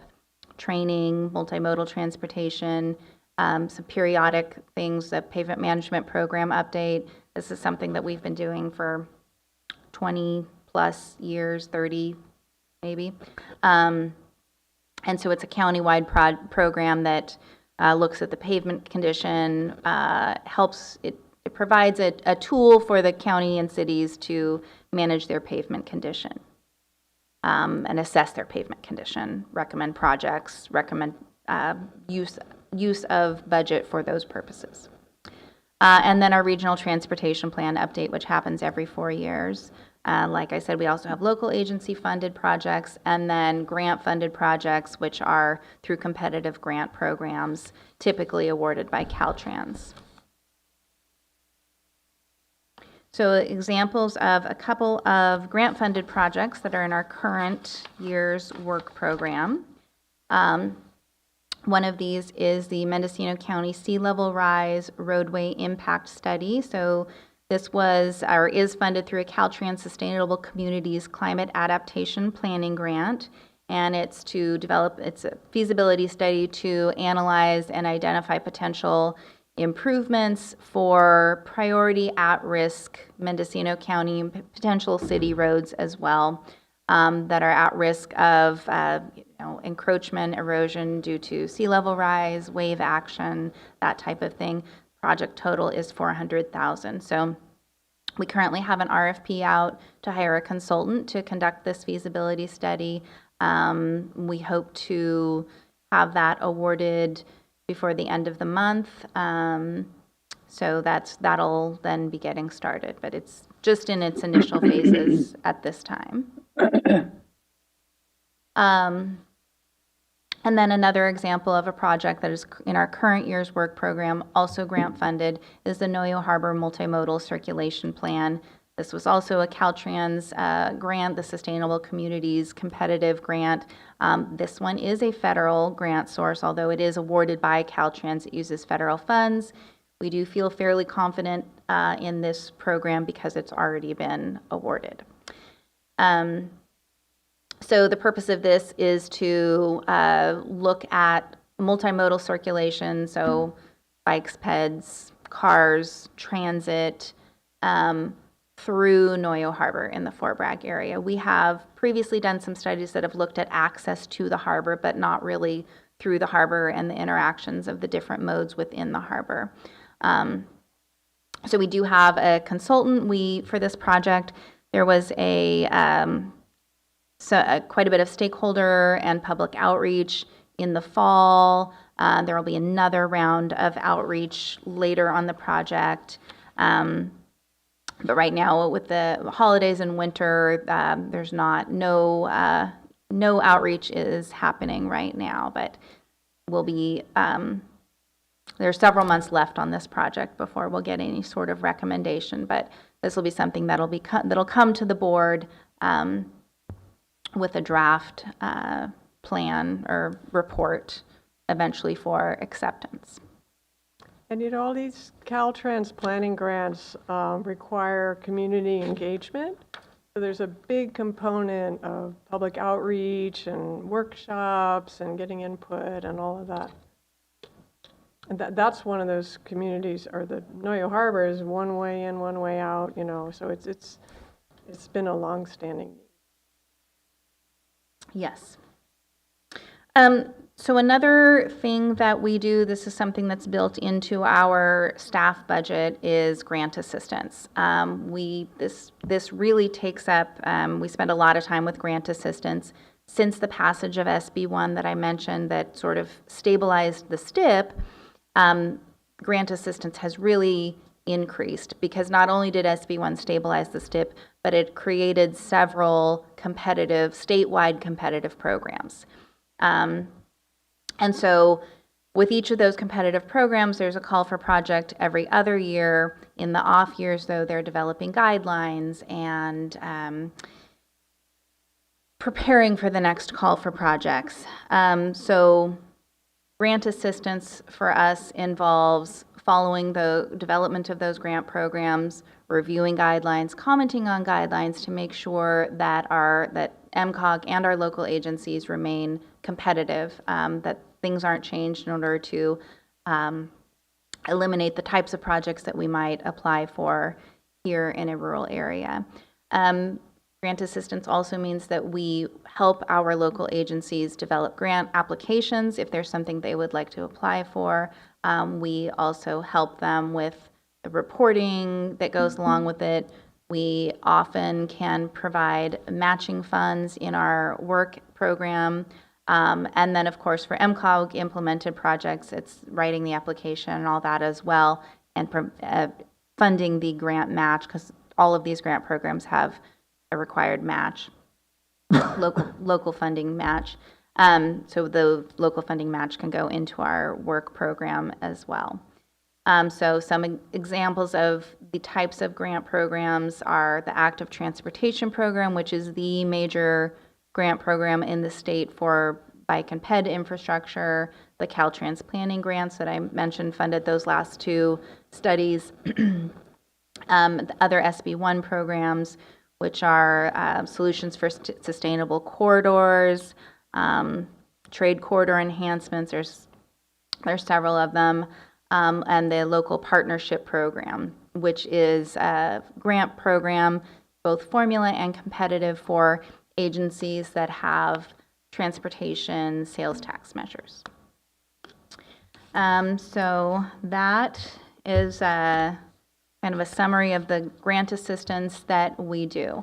Now moving on to our the plans that we do. So this is something, these are also things that are included in our annual work program. But specifically, the Regional Transportation Plan and Active Transportation Plan, this is the major planning document that really guides what we do. And basically everything else that we do has to be consistent with this plan. And it's not just what we do, but a lot of what our local agencies do as well. Things have to be identified in, or at least consistent with, the Regional Transportation Plan. So it is a multimodal plan, covers all modes of transportation here in Mendocino County. It has a needs assessment, so it looks at the needs of the public and stakeholders and our local agencies. It recommends actions, which are projects. It is fiscally constrained, so we try to identify the projects that we think can be done given what we know of funding. We do also identify projects that we do not have funding for, because we know that they are needs, but they are in our unconstrained project list. It is updated every 4 years, and we are in an update cycle right now.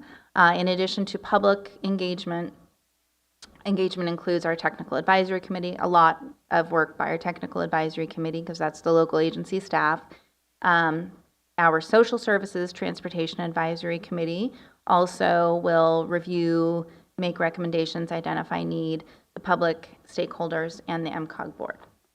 And then ultimately it is adopted by the MCOG board. So our current plan update timeline, we started outreach back in the summer. We attended a number of community events like Pumpkin Fest here in Ukiah, but similar types of events all around the county. And we are still collecting public input. We have a interactive map tool that is on our website. Our website is mendocinocog.org. But with the interactive map tool, people can go on there, drop a pin, make a comment about a problem they've seen or a project they would like to see. We're really hoping to get more comments with that tool, so please feel free to share that information. Can I ask a quick question? Mm-hmm. So what has the level of engagement been? I know I saw you out in the community and at certain meetings, so can you kind of give a summary of what kind of response we've heard, or any ways that we can help assist with some of this outreach? I would say the level of engagement has really varied quite a bit. I think so. We've had different staff have gone to different events, like you mentioned, and we found it's more productive to go to where people are, go to their meeting instead of trying to get people to come to ours. Right. So that's why we spread out over the community to try and touch as many events as we can. Yeah. So at some of those events, there have been comments that have been helpful. People have also gone on, taken a survey that we've got available. It's a long-term plan. It's sort of hard to get people's attention for something like that. The long, 20 years out planning. So. Right. I would say that engagement in the Ukiah area has actually we've had the least amount of response, I guess, in the Ukiah area. Some of our more outlying communities or the coastal communities, there's been a little bit more. But Ukiah, where you have the most people, you would expect to see the highest number of comments, at least. That is not the case. So It's more the outlying communities are feeling the needs, and they want to input, well, it's our turn, come bring us something, so we hear from them. So I think, definitely just sharing that there's this opportunity to comment would be really helpful. And we do have a flyer that we can share with board members. We probably have not shared that since the new board member appointment, so we can reshare that with our board members. We did just release another public service announcement to local media. And they're usually pretty good about, local media is usually pretty good about publishing that information. So hopefully that'll be out there again. But yeah, we definitely need some additional, we want to hear more, more of the needs. Thank you. Thank you for asking.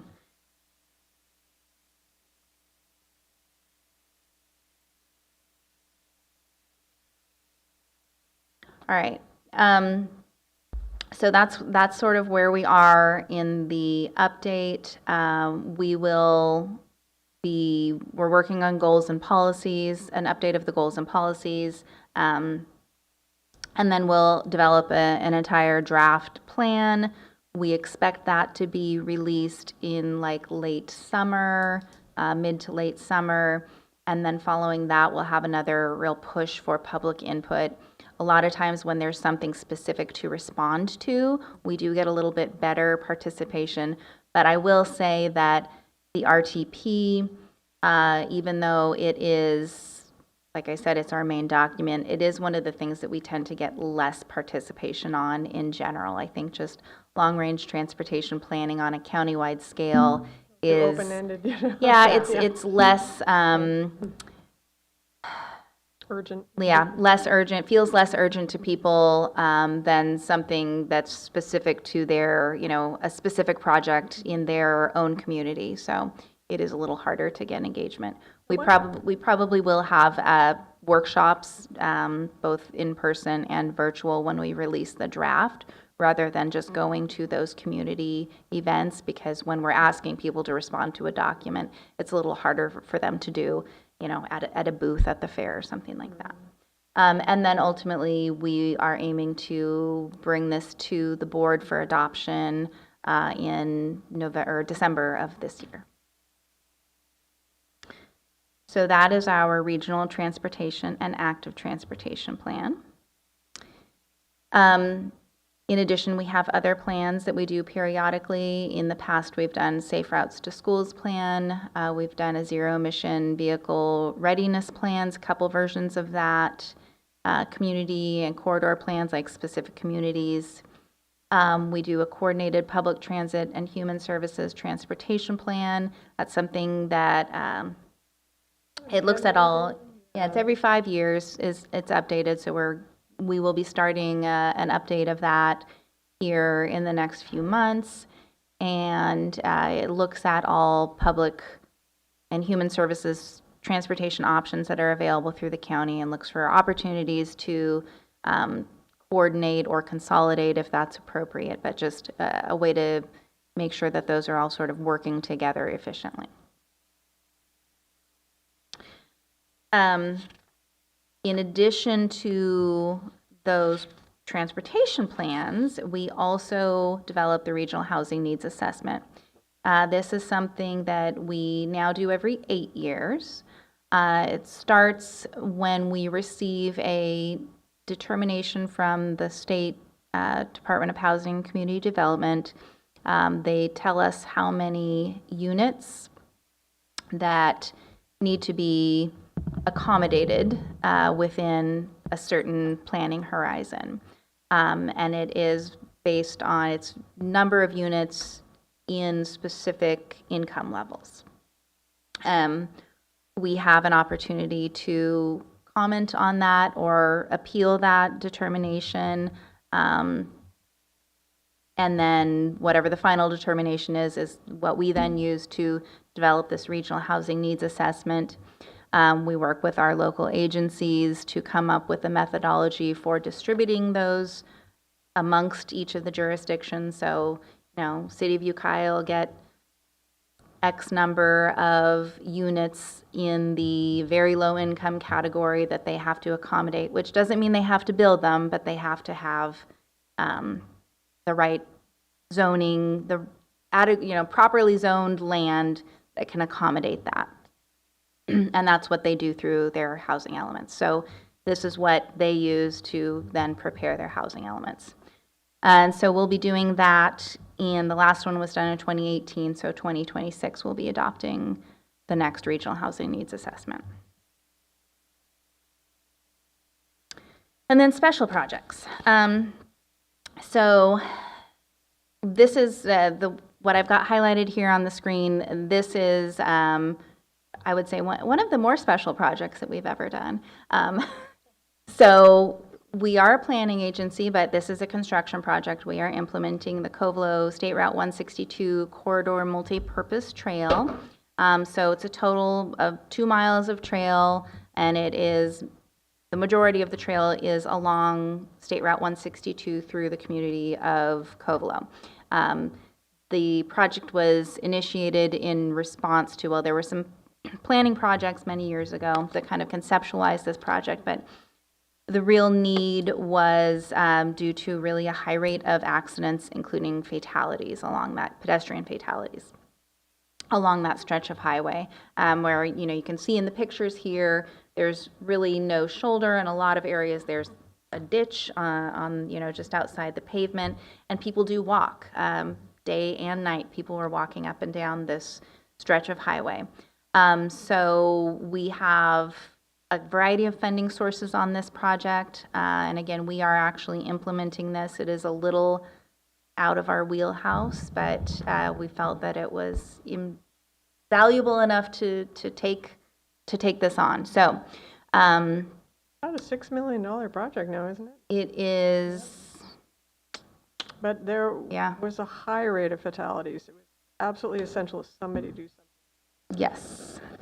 So you can see with this development of this project took many years, but construction began in 2022.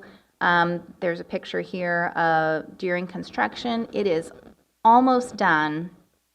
Part of the project includes a pedestrian bridge, and so the bridge we are still waiting on. So this upcoming construction season, knock on wood, we should be completing the project.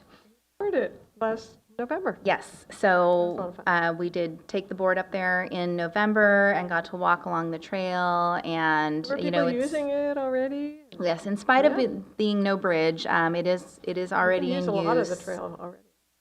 Yeah, and then there's a portion of it that also goes perpendicular to the highway. Excuse me, perpendicular to the highway, and connects back to some residential area. Yeah, okay, yeah, I've been up there and I've seen this trail. A lot of people are utilizing it now. This is like a great thing for the community. So I go up there a few times a year, and there's always a handful of people on there. Well, when it's running, biking, walking on this next to the road. It's a great thing. Thank you for that. Yeah, well, thank you. It's really, like I said, it's been a different type of thing for us, and so when we hear that it's getting a lot of use and a lot of positive comments from the community, it's good to hear. It really, lets us know that it's been worthwhile. Yes, definitely worthwhile. Thank you. All right. Fortunately, I'm almost done with this presentation. So, before you go on to the RIN, then you wanted to talk, Gizmo, you wanted to make a comment about the regional transportation plan? I'm Gizmo. I forgot to say my name in the beginning here.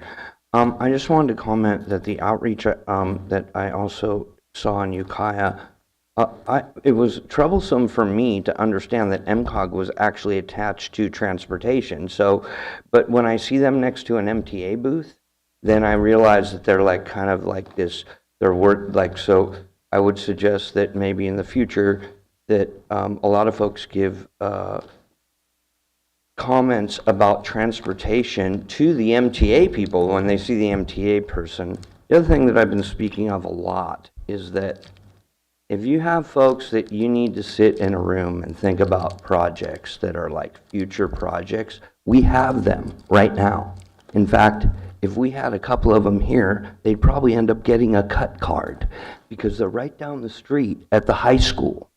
So if you take your outreach and you ask a 17, 16, or a 15-year-old, what do you want to see Ukiah look like in the future? They got an hour and a half down there to sit there and figure it out with the economics teacher, with whatever other project. So I would like to suggest, again, that we remember that we are creating a space for kids who are down there right now, and they cannot come and make a public comment. They cannot come and participate because they're not allowed to.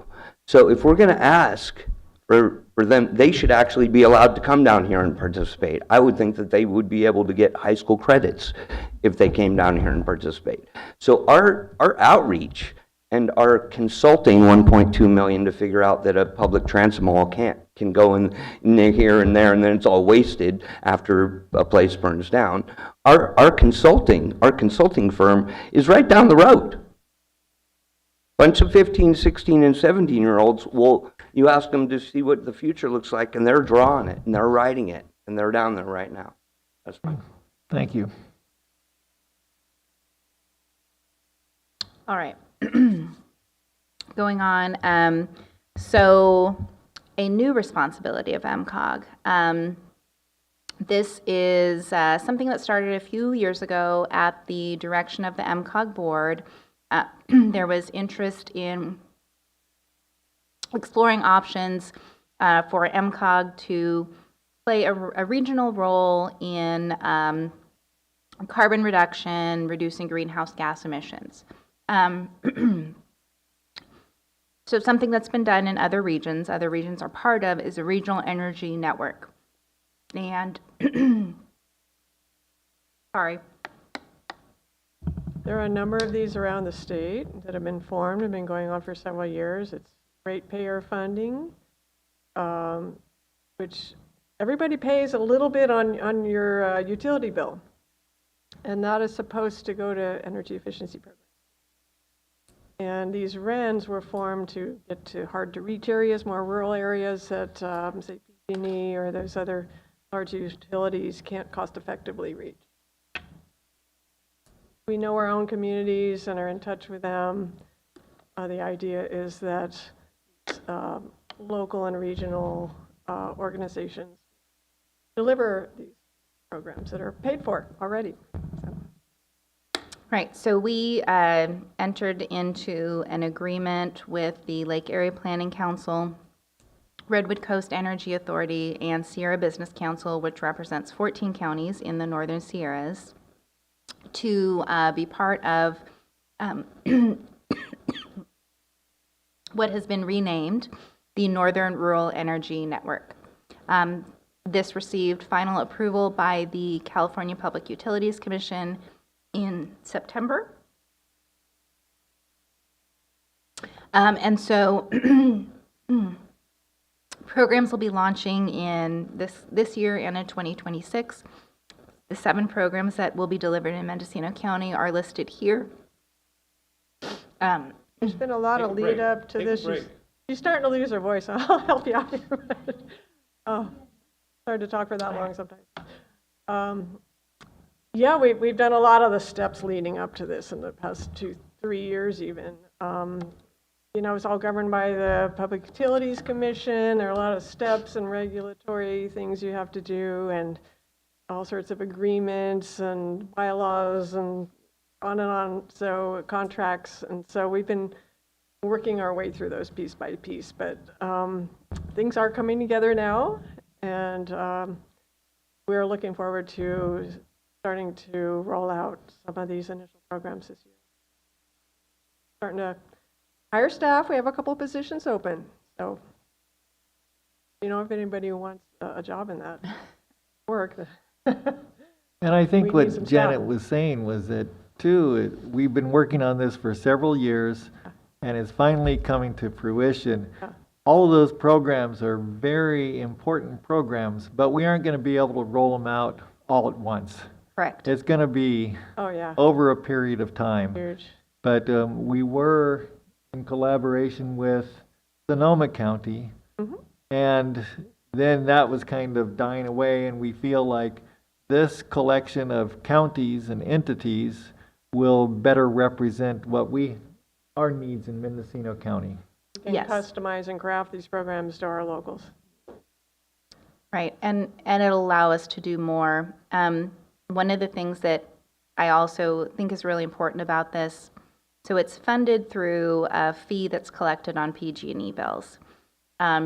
People in Mendocino County have been paying that fee, but not receiving the benefits from it. So this new program will allow Mendocino County residents to actually get some benefit from that fee they're paying. And it's a pretty small, it's a pretty small fee on each bill, but regardless, we've been paying into it, and so. On a regular basis for years, so it adds up, Yep. you know. And But I it is know- one of those programs that's very different from a traditional COGS Very different. scope of work. And so I appreciate staff's involvement on this and really moving it forward. So yes, I think you'll be hearing a lot about it in the next few months as we launch programs. You know, a lot of people are noticing how utility costs have increased so much in the last couple of years. So energy bills are very high. There are a lot of measures that can be taken, and some of these programs will have, rebates and incentives to, say, install a heat pump in your house, or other kinds of, weatherization and appliances. And then, looking farther down the road, the workforce education, we need people to service a lot of these things and install, and we need electricians and contractors, and there aren't enough of them to go around. So, we're looking at ways to get training out there and develop some of these opportunities. And ultimately, there will be like a revolving loan fund to do some financing available. So, yeah, so we're looking at residential, we're looking at commercial, and public sector, all of that, but it will take time. I'll have to start small and roll that out. Yes. All right, so this is last program I'm talking about. So the call box program, the Mendocino SAFE, which is a service authority for freeway emergencies. It's funded through a $1 per vehicle registration fee. This is something that both MCOG's contractors work on. 45 satellite boxes, 96 cellular boxes. Recent network changes by the cellular carriers have created a need for assessment of the system and replacement of equipment. So that's been sort of that coupled with changes to the company that can actually build the boxes and service the boxes has caused a long process of updating our system as needed. So some of our boxes are not working currently, unfortunately, but we continue to work on that. But this is one of the ongoing responsibilities. The SAFE is actually a separate agency, so it's MCOG, but the MCOG board also serves as the board of directors of the SAFE program. So we hold meetings sort of as needed. We'll usually do, around budget time, we'll have a SAFE meeting, and then other than that, it'll be as needed. So that's my conclusion of a summary of what MCOG does, the different programs that we have, and what will be coming before the MCOG board periodically. So I'm happy to answer any questions, and then, like the slide says, the board manual has additional information. Yeah, if you go to our website, mendocinocog.org, and look for About Us, And from there on the menu, you'll see the board orientation manual, or the board manual, I guess. It's got these orientation slides in it. Actually, I need to update them for this set of slides. So we have ones from a couple of years ago. But also, there's the organizational documents, you know, the joint powers agreement, the bylaws, all kinds of things like that that you can find in our online manual. And also, I thought just briefly, as far as the scale of all this funding, we talked about a lot of separate programs. Our latest budget had about $19 million in revenue and about $12 million in allocations this year. Some of that, about $6 million balance, most of that is that Senate Bill 125, the Transit Capital Program that we're still trying to ramp up. We have money in the bank, but it's not yet allocated. And a lot of, there's several million here actually that are maybe about 2 or 3 million for that Covelo project that we're just wrapping up. So it's a little bit higher than normal, but that's an idea of the scale of budget with all the programs all told, but not the STIP. That's on its own. Right. We don't get that cash. State Transportation Improvement Program goes through the Transportation Commission. We don't see that money directly. Okay, let's see if there's any So, questions from the board. That's all I had on that. Any questions? It's a lot of information that was provided. Yes, so it's a lot. It will, a lot to dig in at one it will keep coming over each meeting, and no test so far. Okay. All right. Any comments from the public? Okay. All right. So this is okay. This is a presentation, so we don't need a motion, right? Nope. Okay. Okay, so thank you for that. And we'll move on to the adoption of the 2025 MCOG board calendar. Agenda item number 13. Okay, you can see that it's usually the first Monday of the month. And in July, we take a little break. August is the middle of the month. We kind of skip the major holidays that tend to fall around the first Monday, you know. There's a New Year's, there's Labor Day, you know, there's certain times of the year when we don't meet. Middle of summer when people tend to be away. This calendar, put in your packet here, proposes meeting in August to kind of bridge the gap between June and October. And also next month in March, oftentimes in March and April, we don't have enough business to call a meeting, our committees are busy. And we're meeting a little late in the month in February, short month. We might not need to March 3rd, so that's why we have as needed. But it's generally much the way we meet each year. Not every single first Monday, but 9 or 10 times. And in October, there's a tour. Usually we go out to see what's happening.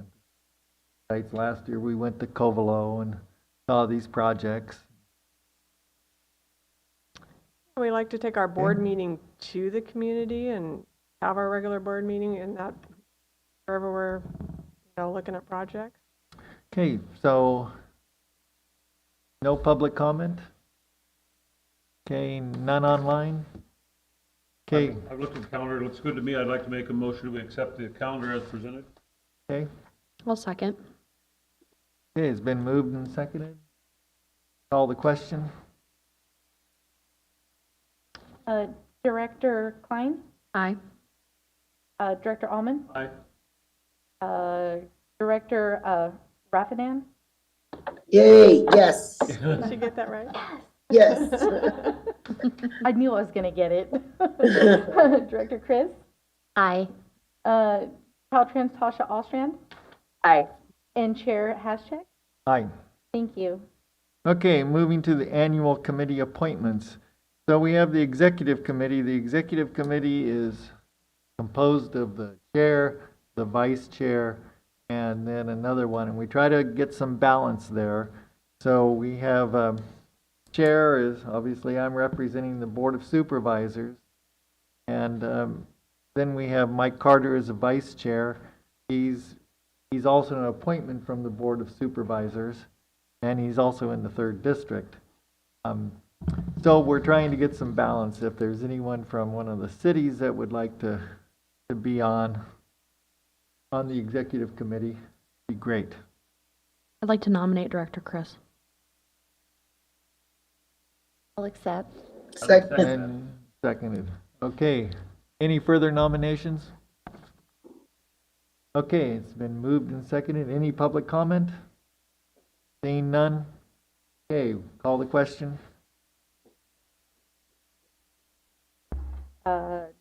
Director Klein? Aye. Director Allman? Director Ratify? Yes. Director Chris? Aye. Caltrans Tasha Alstrand? Aye. And Chair Haschek? Aye. Thank you. Okay, the Transit Productivity Committee. So I'll turn this to the executive director. Do we need We to? kind of look for volunteers. We usually just meet once a year, and there are, several duties. Looking at that performance review, looking at the annual transit claim. How many unmet people do needs you need on finding. that committee? 2? We need to meet, how many people? Just 2 from this board, yeah. Okay. Any volunteers? I'll volunteer. Marcia, Yes. I will. Okay, very good. Thank you. All right. That's a chair So- appointment according to the bylaws. That can just be an appointment? Yeah. Okay. So appointed then. We're all right? That's Chair Okay. Haschek. The California Association of Councils of Governments, CalCog. So I've been on that for the last couple of years, and I'm certainly willing to give it up. It's interesting, I'll just say this. It's interesting to hear what the other transportation issues are around the state and the big picture of what's happening. And so, the downside is, I think that, the meetings are, you can Zoom the meetings, but then once a year they have a conference somewhere. It could be Monterey, Yosemite, Sacramento, Riverside. And so, And we have a travel budget to yeah. send you there. So if anyone wants to take that spot, I'm willing to give it up. If no one wants to, I don't want to let you off the hook that easily, but if anyone, Are those quarterly meetings then? well, there's quarterly meetings that can be Zoomed. 1 in person per year, and then there's the forum, and they tend to have a business meeting, the annual forum.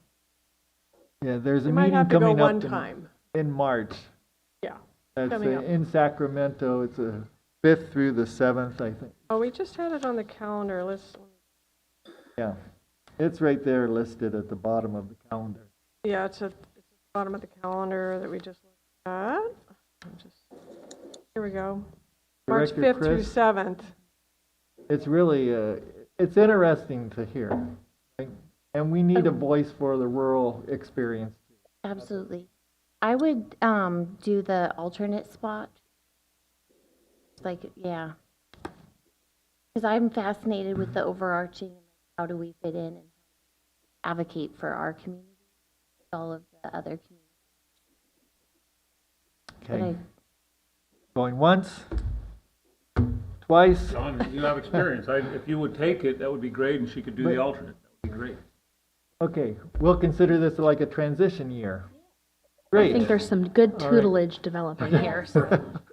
Okay, so if we're all right with just those appointments, Did I hear who the main delegate? Are you I'll continue on this. one more year? Yeah. Okay. Okay. Ad hoc committees. So the ad hoc for the Covelo State Route 162 corridor. we still need that because that's still an ongoing process, and sometimes there's issues that arise that just need to be dealt with by an ad hoc that can be quickly dealt with. I love Coblo, and I would be honored to take that one. Okay, and it has been me and Mike Carter, but certainly you want to be on that, that's great. And why don't the two of us be on it?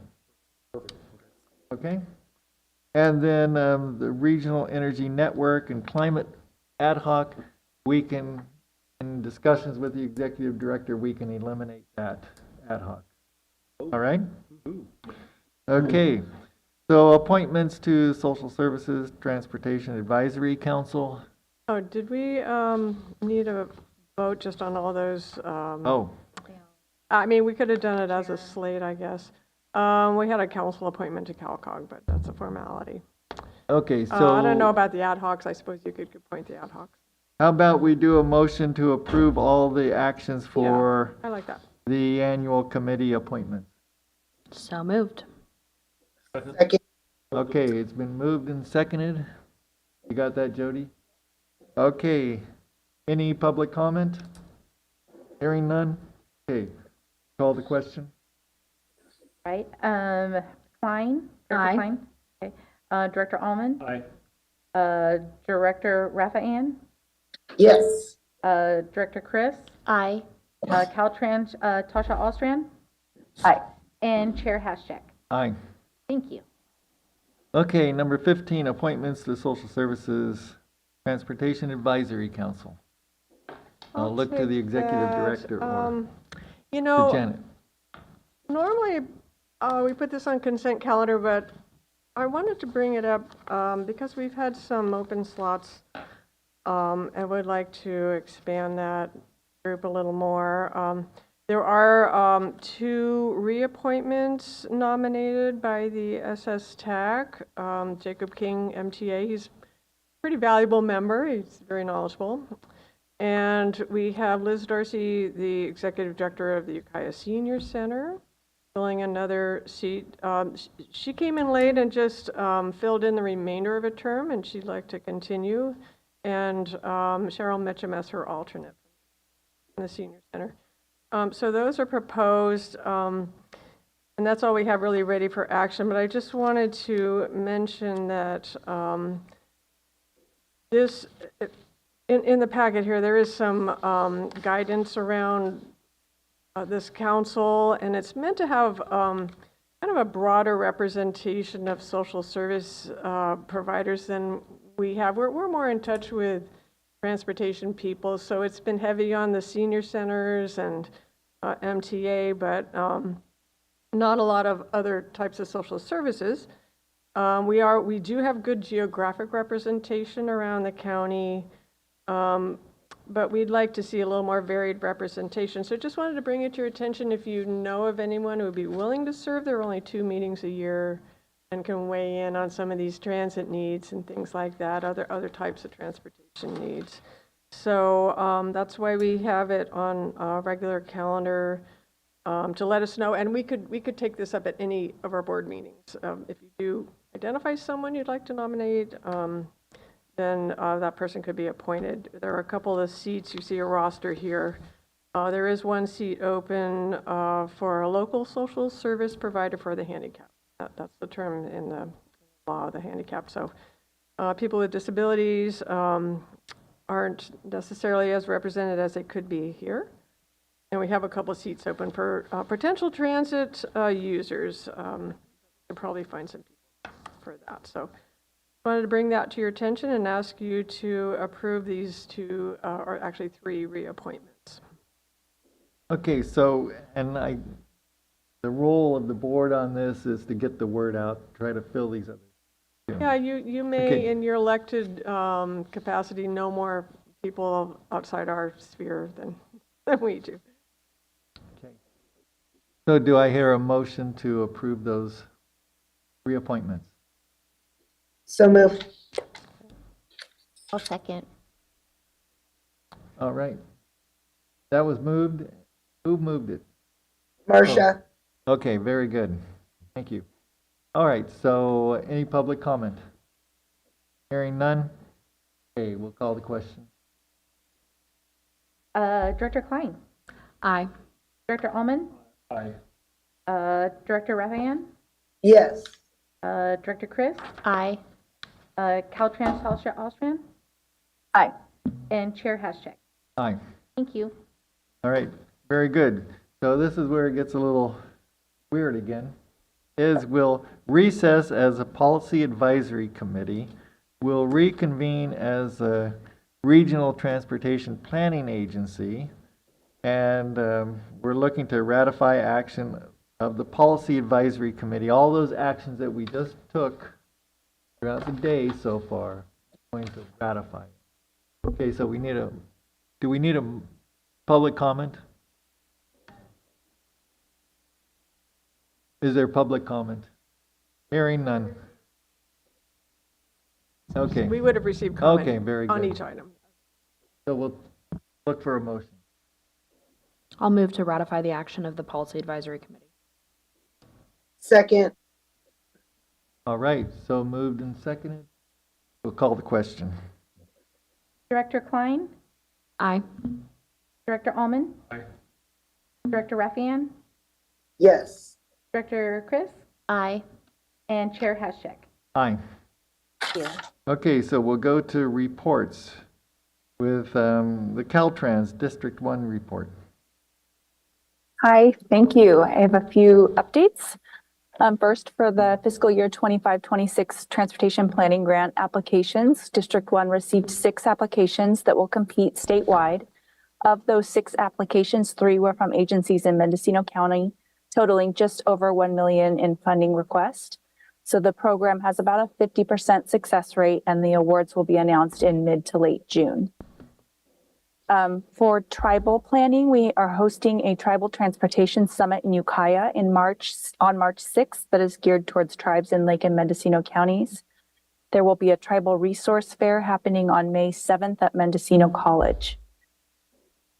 We have received funding for a study to look at State Route 128 at the junction of State Route 1 near the mouth of Navarro River, evaluating areas regularly impacted by effects of sea level rise, storm surge, and flooding. The feasibility study will result in a range of alternatives, and it will be done over the course of 2 years by a consultant, and we're hoping that that will kick off this summer. For transit planning, the district transit plan is kicking off this month. It will result in a plan to implement transit improvements for the state highway system, and we're also developing a Caltrans director's policy for public transit, and the next steps include preparation of a draft policy and implementation plan, and there will be a public comment period this April. For emergency projects related to recent winter storms, we currently have 10 active emergency projects in Mendocino County with 5 additional emergency projects in development. I know one of particular interest recently has been the Gualala sinkhole. So we're developing a director's order for this location, State Route 1 at Old State Road. Our maintenance teams have placed asphalt concrete and will continue to monitor the situation during the storms. The culvert has a separation which is related to the sink, and due to the depth, diameter, length, and environmental considerations, it's really not a straightforward situation. So we hope to have approval on the director's order in the coming weeks to inform next steps. This would allow for a contractor to take over the maintenance of this location. And once there's more information, we'll be providing updates to the Caltrans District 1 Facebook page. And this is being headed with our Maintenance Engineering Services Division. Just a couple of construction updates. The Hopland ADA project is still on target to be ready to list status for June 2025. And the Gualala Downtown Enhancement Project is on target to RTL or ready to list October 2025. And I'm now going to hand it over to James Seward with our District 1 Public Information Office to talk about the customer service request portal. Thanks, James. Thanks, Tasha. Hi, good afternoon, everybody. My name is James Seward. I am a Public Information Officer at Caltrans District 1, and I also function as the Customer Service Liaison for Caltrans District 1. And I just wanted to take a few minutes to talk about customer service requests and what those entail and how the public can submit a customer service request. See if I could share my screen.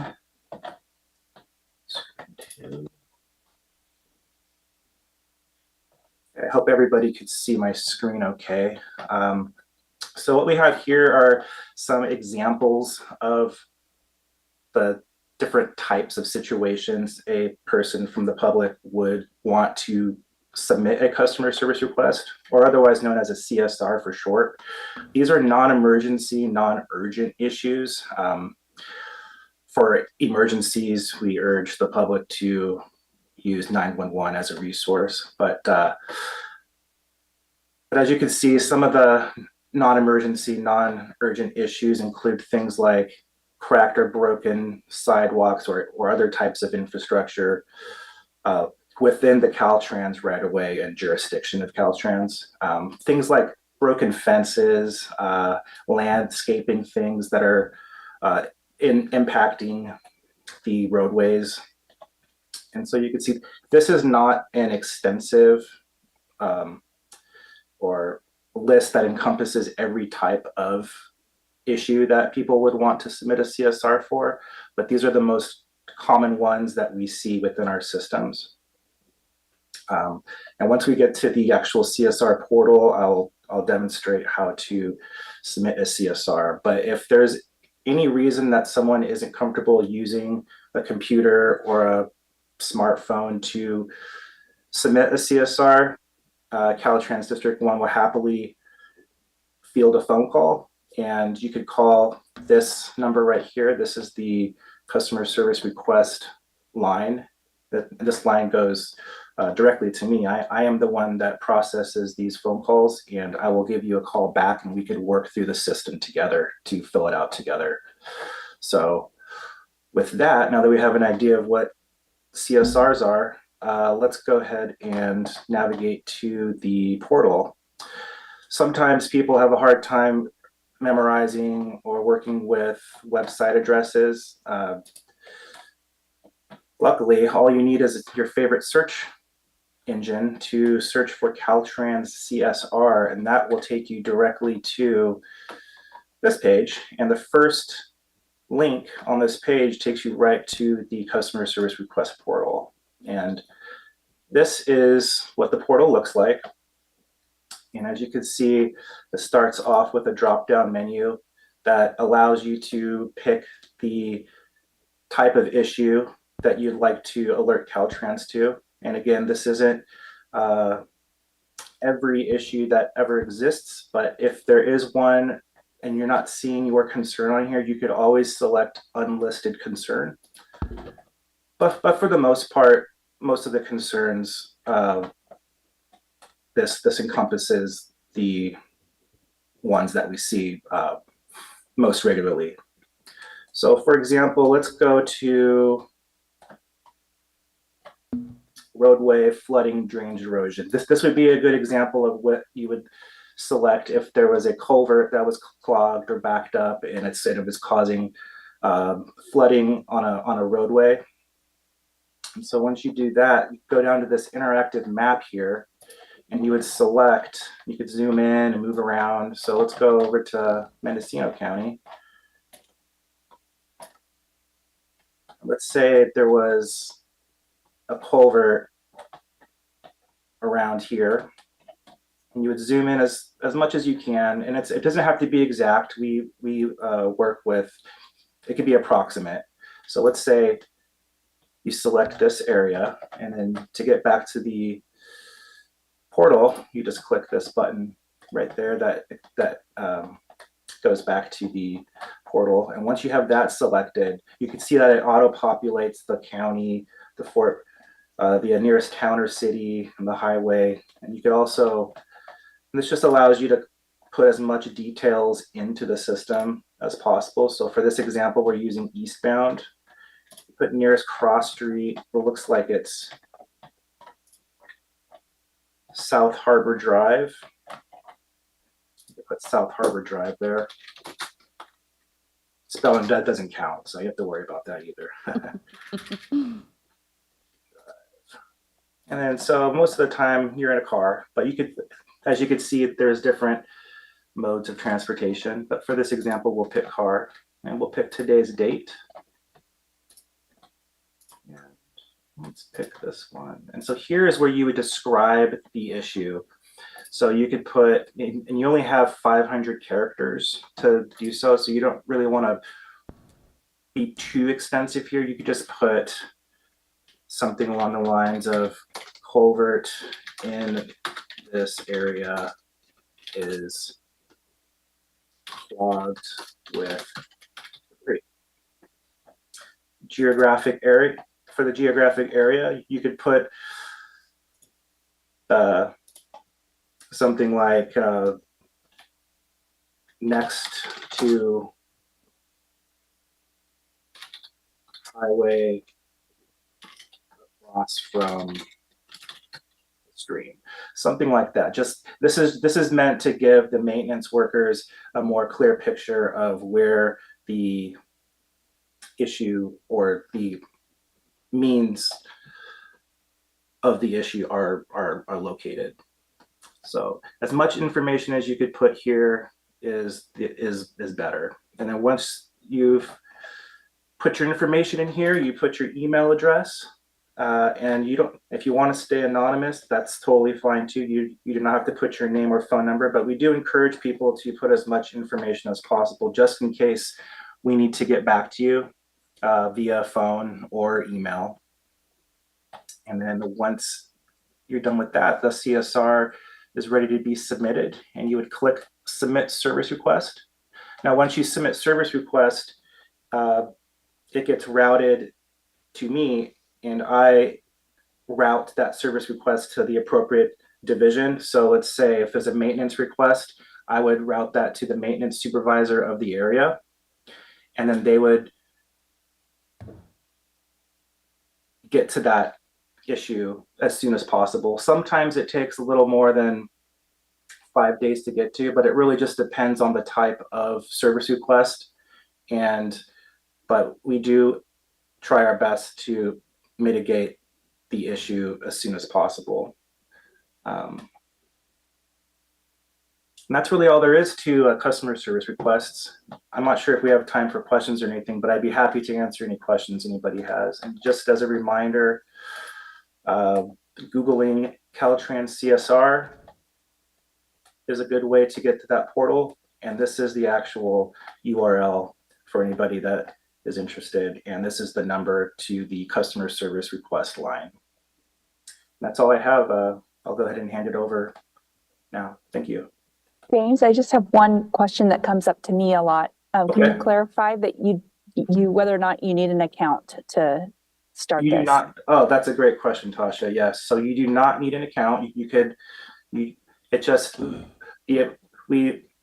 recommend people create an account because it allows you to track your own customer service requests. So if you create an account, it allows you to, if you're someone who submits customer service requests regularly and you want to keep track of them without using your email as a means of keeping track of them, it's just an easier way for the person to keep track of their requests.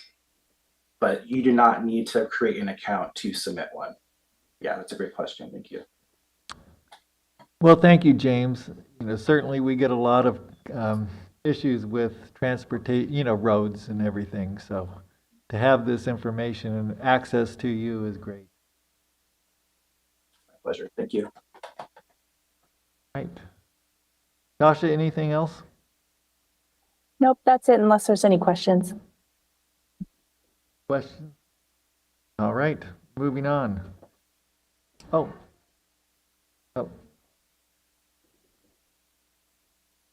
James, are you still on there?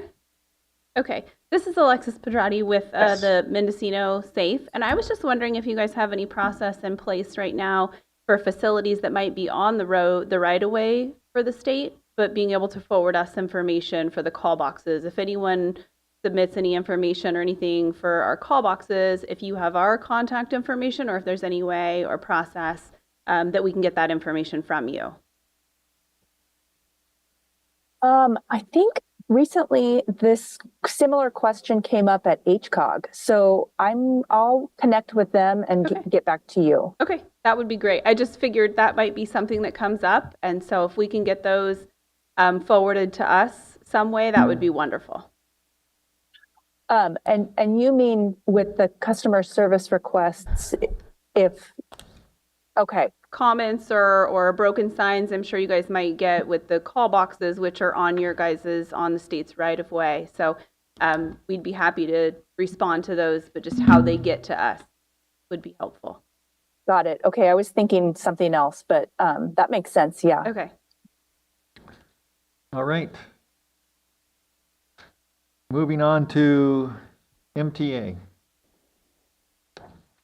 Is my microphone working? Yes. All right, fantastic. Couple things out of this meeting. Examples of unmet needs over the last couple years. Back in 23, we did an increase in the frequency of service for the town of Mendocino. That was part of the unmet needs list. Last year, in continuing, is the Covelo and Laytonville Rural Mobility Project.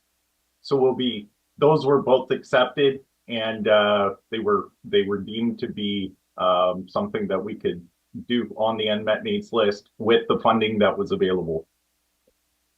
One major thing that's been going on here in transit, and I imagine in all your municipalities, is the uncertainty in funding from the federal government. This has been a top of mind for me, especially in the last couple of weeks. A lot of our projects rely on that federal funding. Plus, we get a great number of formulated federal funding just to run service here in Mendocino County. Today I was in the North State Super Region working group of transit agencies, and we were all discussing that with some of our lobbyists. And I requested that they would research and inform the agencies so that we can have more clarity so that we know what's going on with our service and projects moving forward. So I thought I'd share that. I imagine everybody's municipality is wondering where our federal funding's going. We have a lot of different projects. There's the ICT rule, which here in California, we have to go zero emission. All of our bus purchases are zero emission, and we couldn't be able to do those projects without some level of federal funding. There are state funding, but a lot of it relies on federal funding. So just to point that out, that's a transit issue and I know I'm working with MCOG on that as well. State of good repair came up.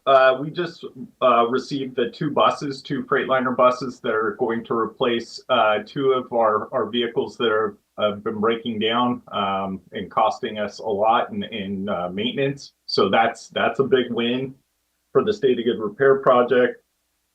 And then we've hired a project manager for our charging infrastructure and solar canopy project. An RFQ will be going out in March. And that's what I've got. All right, thank you. Let's see, the Great Redwood Trail Agency. So I'm on that board.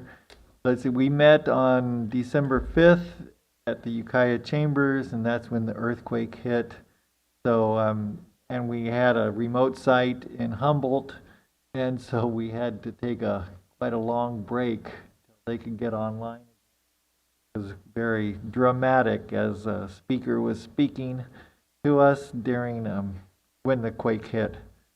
And our next meeting is March 20th, and we're working on that the master plan. So it should be kind of coming out in the next few months. Okay. MCOG staff, summary of meetings. Right, you have the written report in your packet. Nothing to add to that, but happy to answer questions if there are any. Any questions? Seeing none. Okay, moving on to E, MCOG administration staff.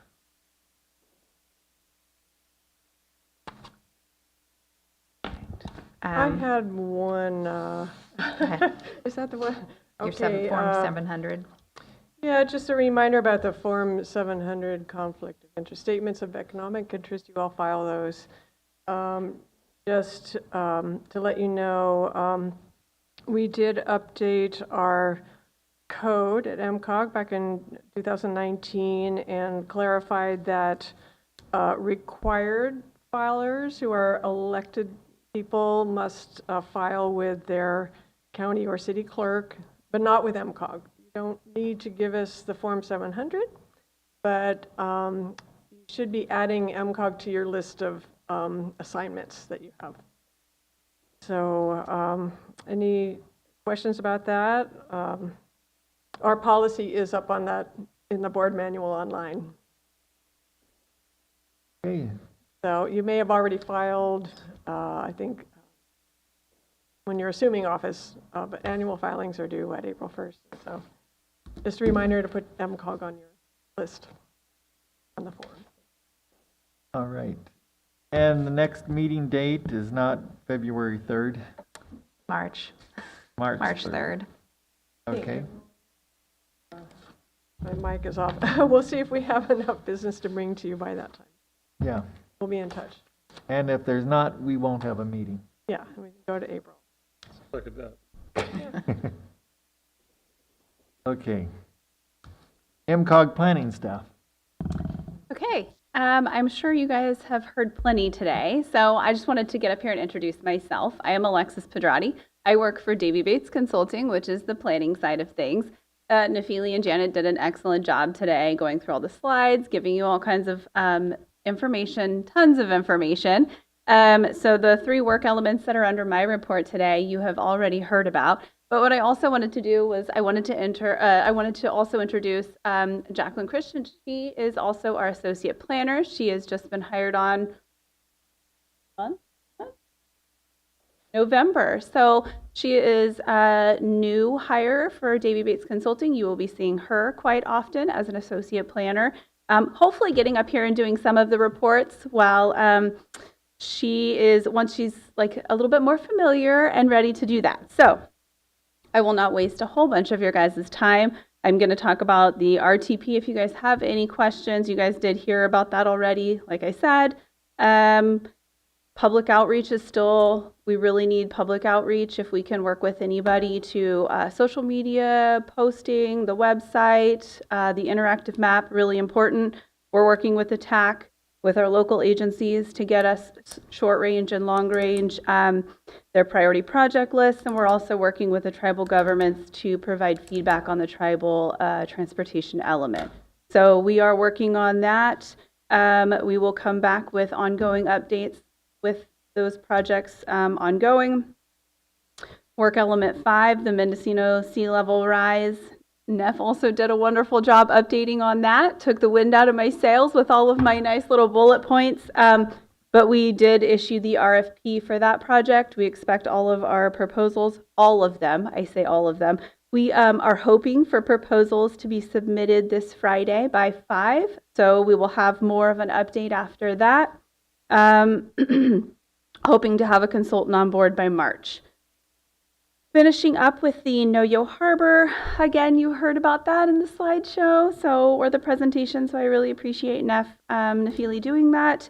That is a grant-funded project. Also on schedule was public outreach. We will be back with more public outreach. The consultant, Fair and Peers, is working behind the scenes right now to prepare for their in-person and virtual public outreach workshops that they plan for the spring. So that's all I have in a nutshell, very concise for you guys today. If you have any questions on those projects that you guys did not already hear, I'm happy to answer. And it was nice to meet new of you. Thank you, Alexis. You're welcome. Okay, moving on to MCOG director reports. So we'll just look down the line. Anything to report? Okay. Okay, and Director Raffanen. Hi, thank you. Today was my first meeting. Was just appointed the vice mayor of the Fort Bragg, city of Fort Bragg, and usually the mayor comes, but he is currently appointed to me. I've read about MCOG before, but never really jumped into it. So it sounds interesting, and I'm excited to be here. Thank you. All right. Thank you and welcome. Okay, and did Director Hansen ever get back on, or? You know, there's a phone number on here. Okay. Oh yeah, he is logged into Zoom. Okay, Director Hansen, can you hear us? Well, we appreciate your service. All right, and I don't have anything for director report. I'll just say for CalCog that there is that leadership executive meeting in March in Sacramento. So I'll be attending parts of it. I'll be attending that as well. For some of it, so. All right, and with that, we'll adjourn the meeting at 4:04. All right, thank Thank you, everyone. Thanks so much. Thank you, John. Fine.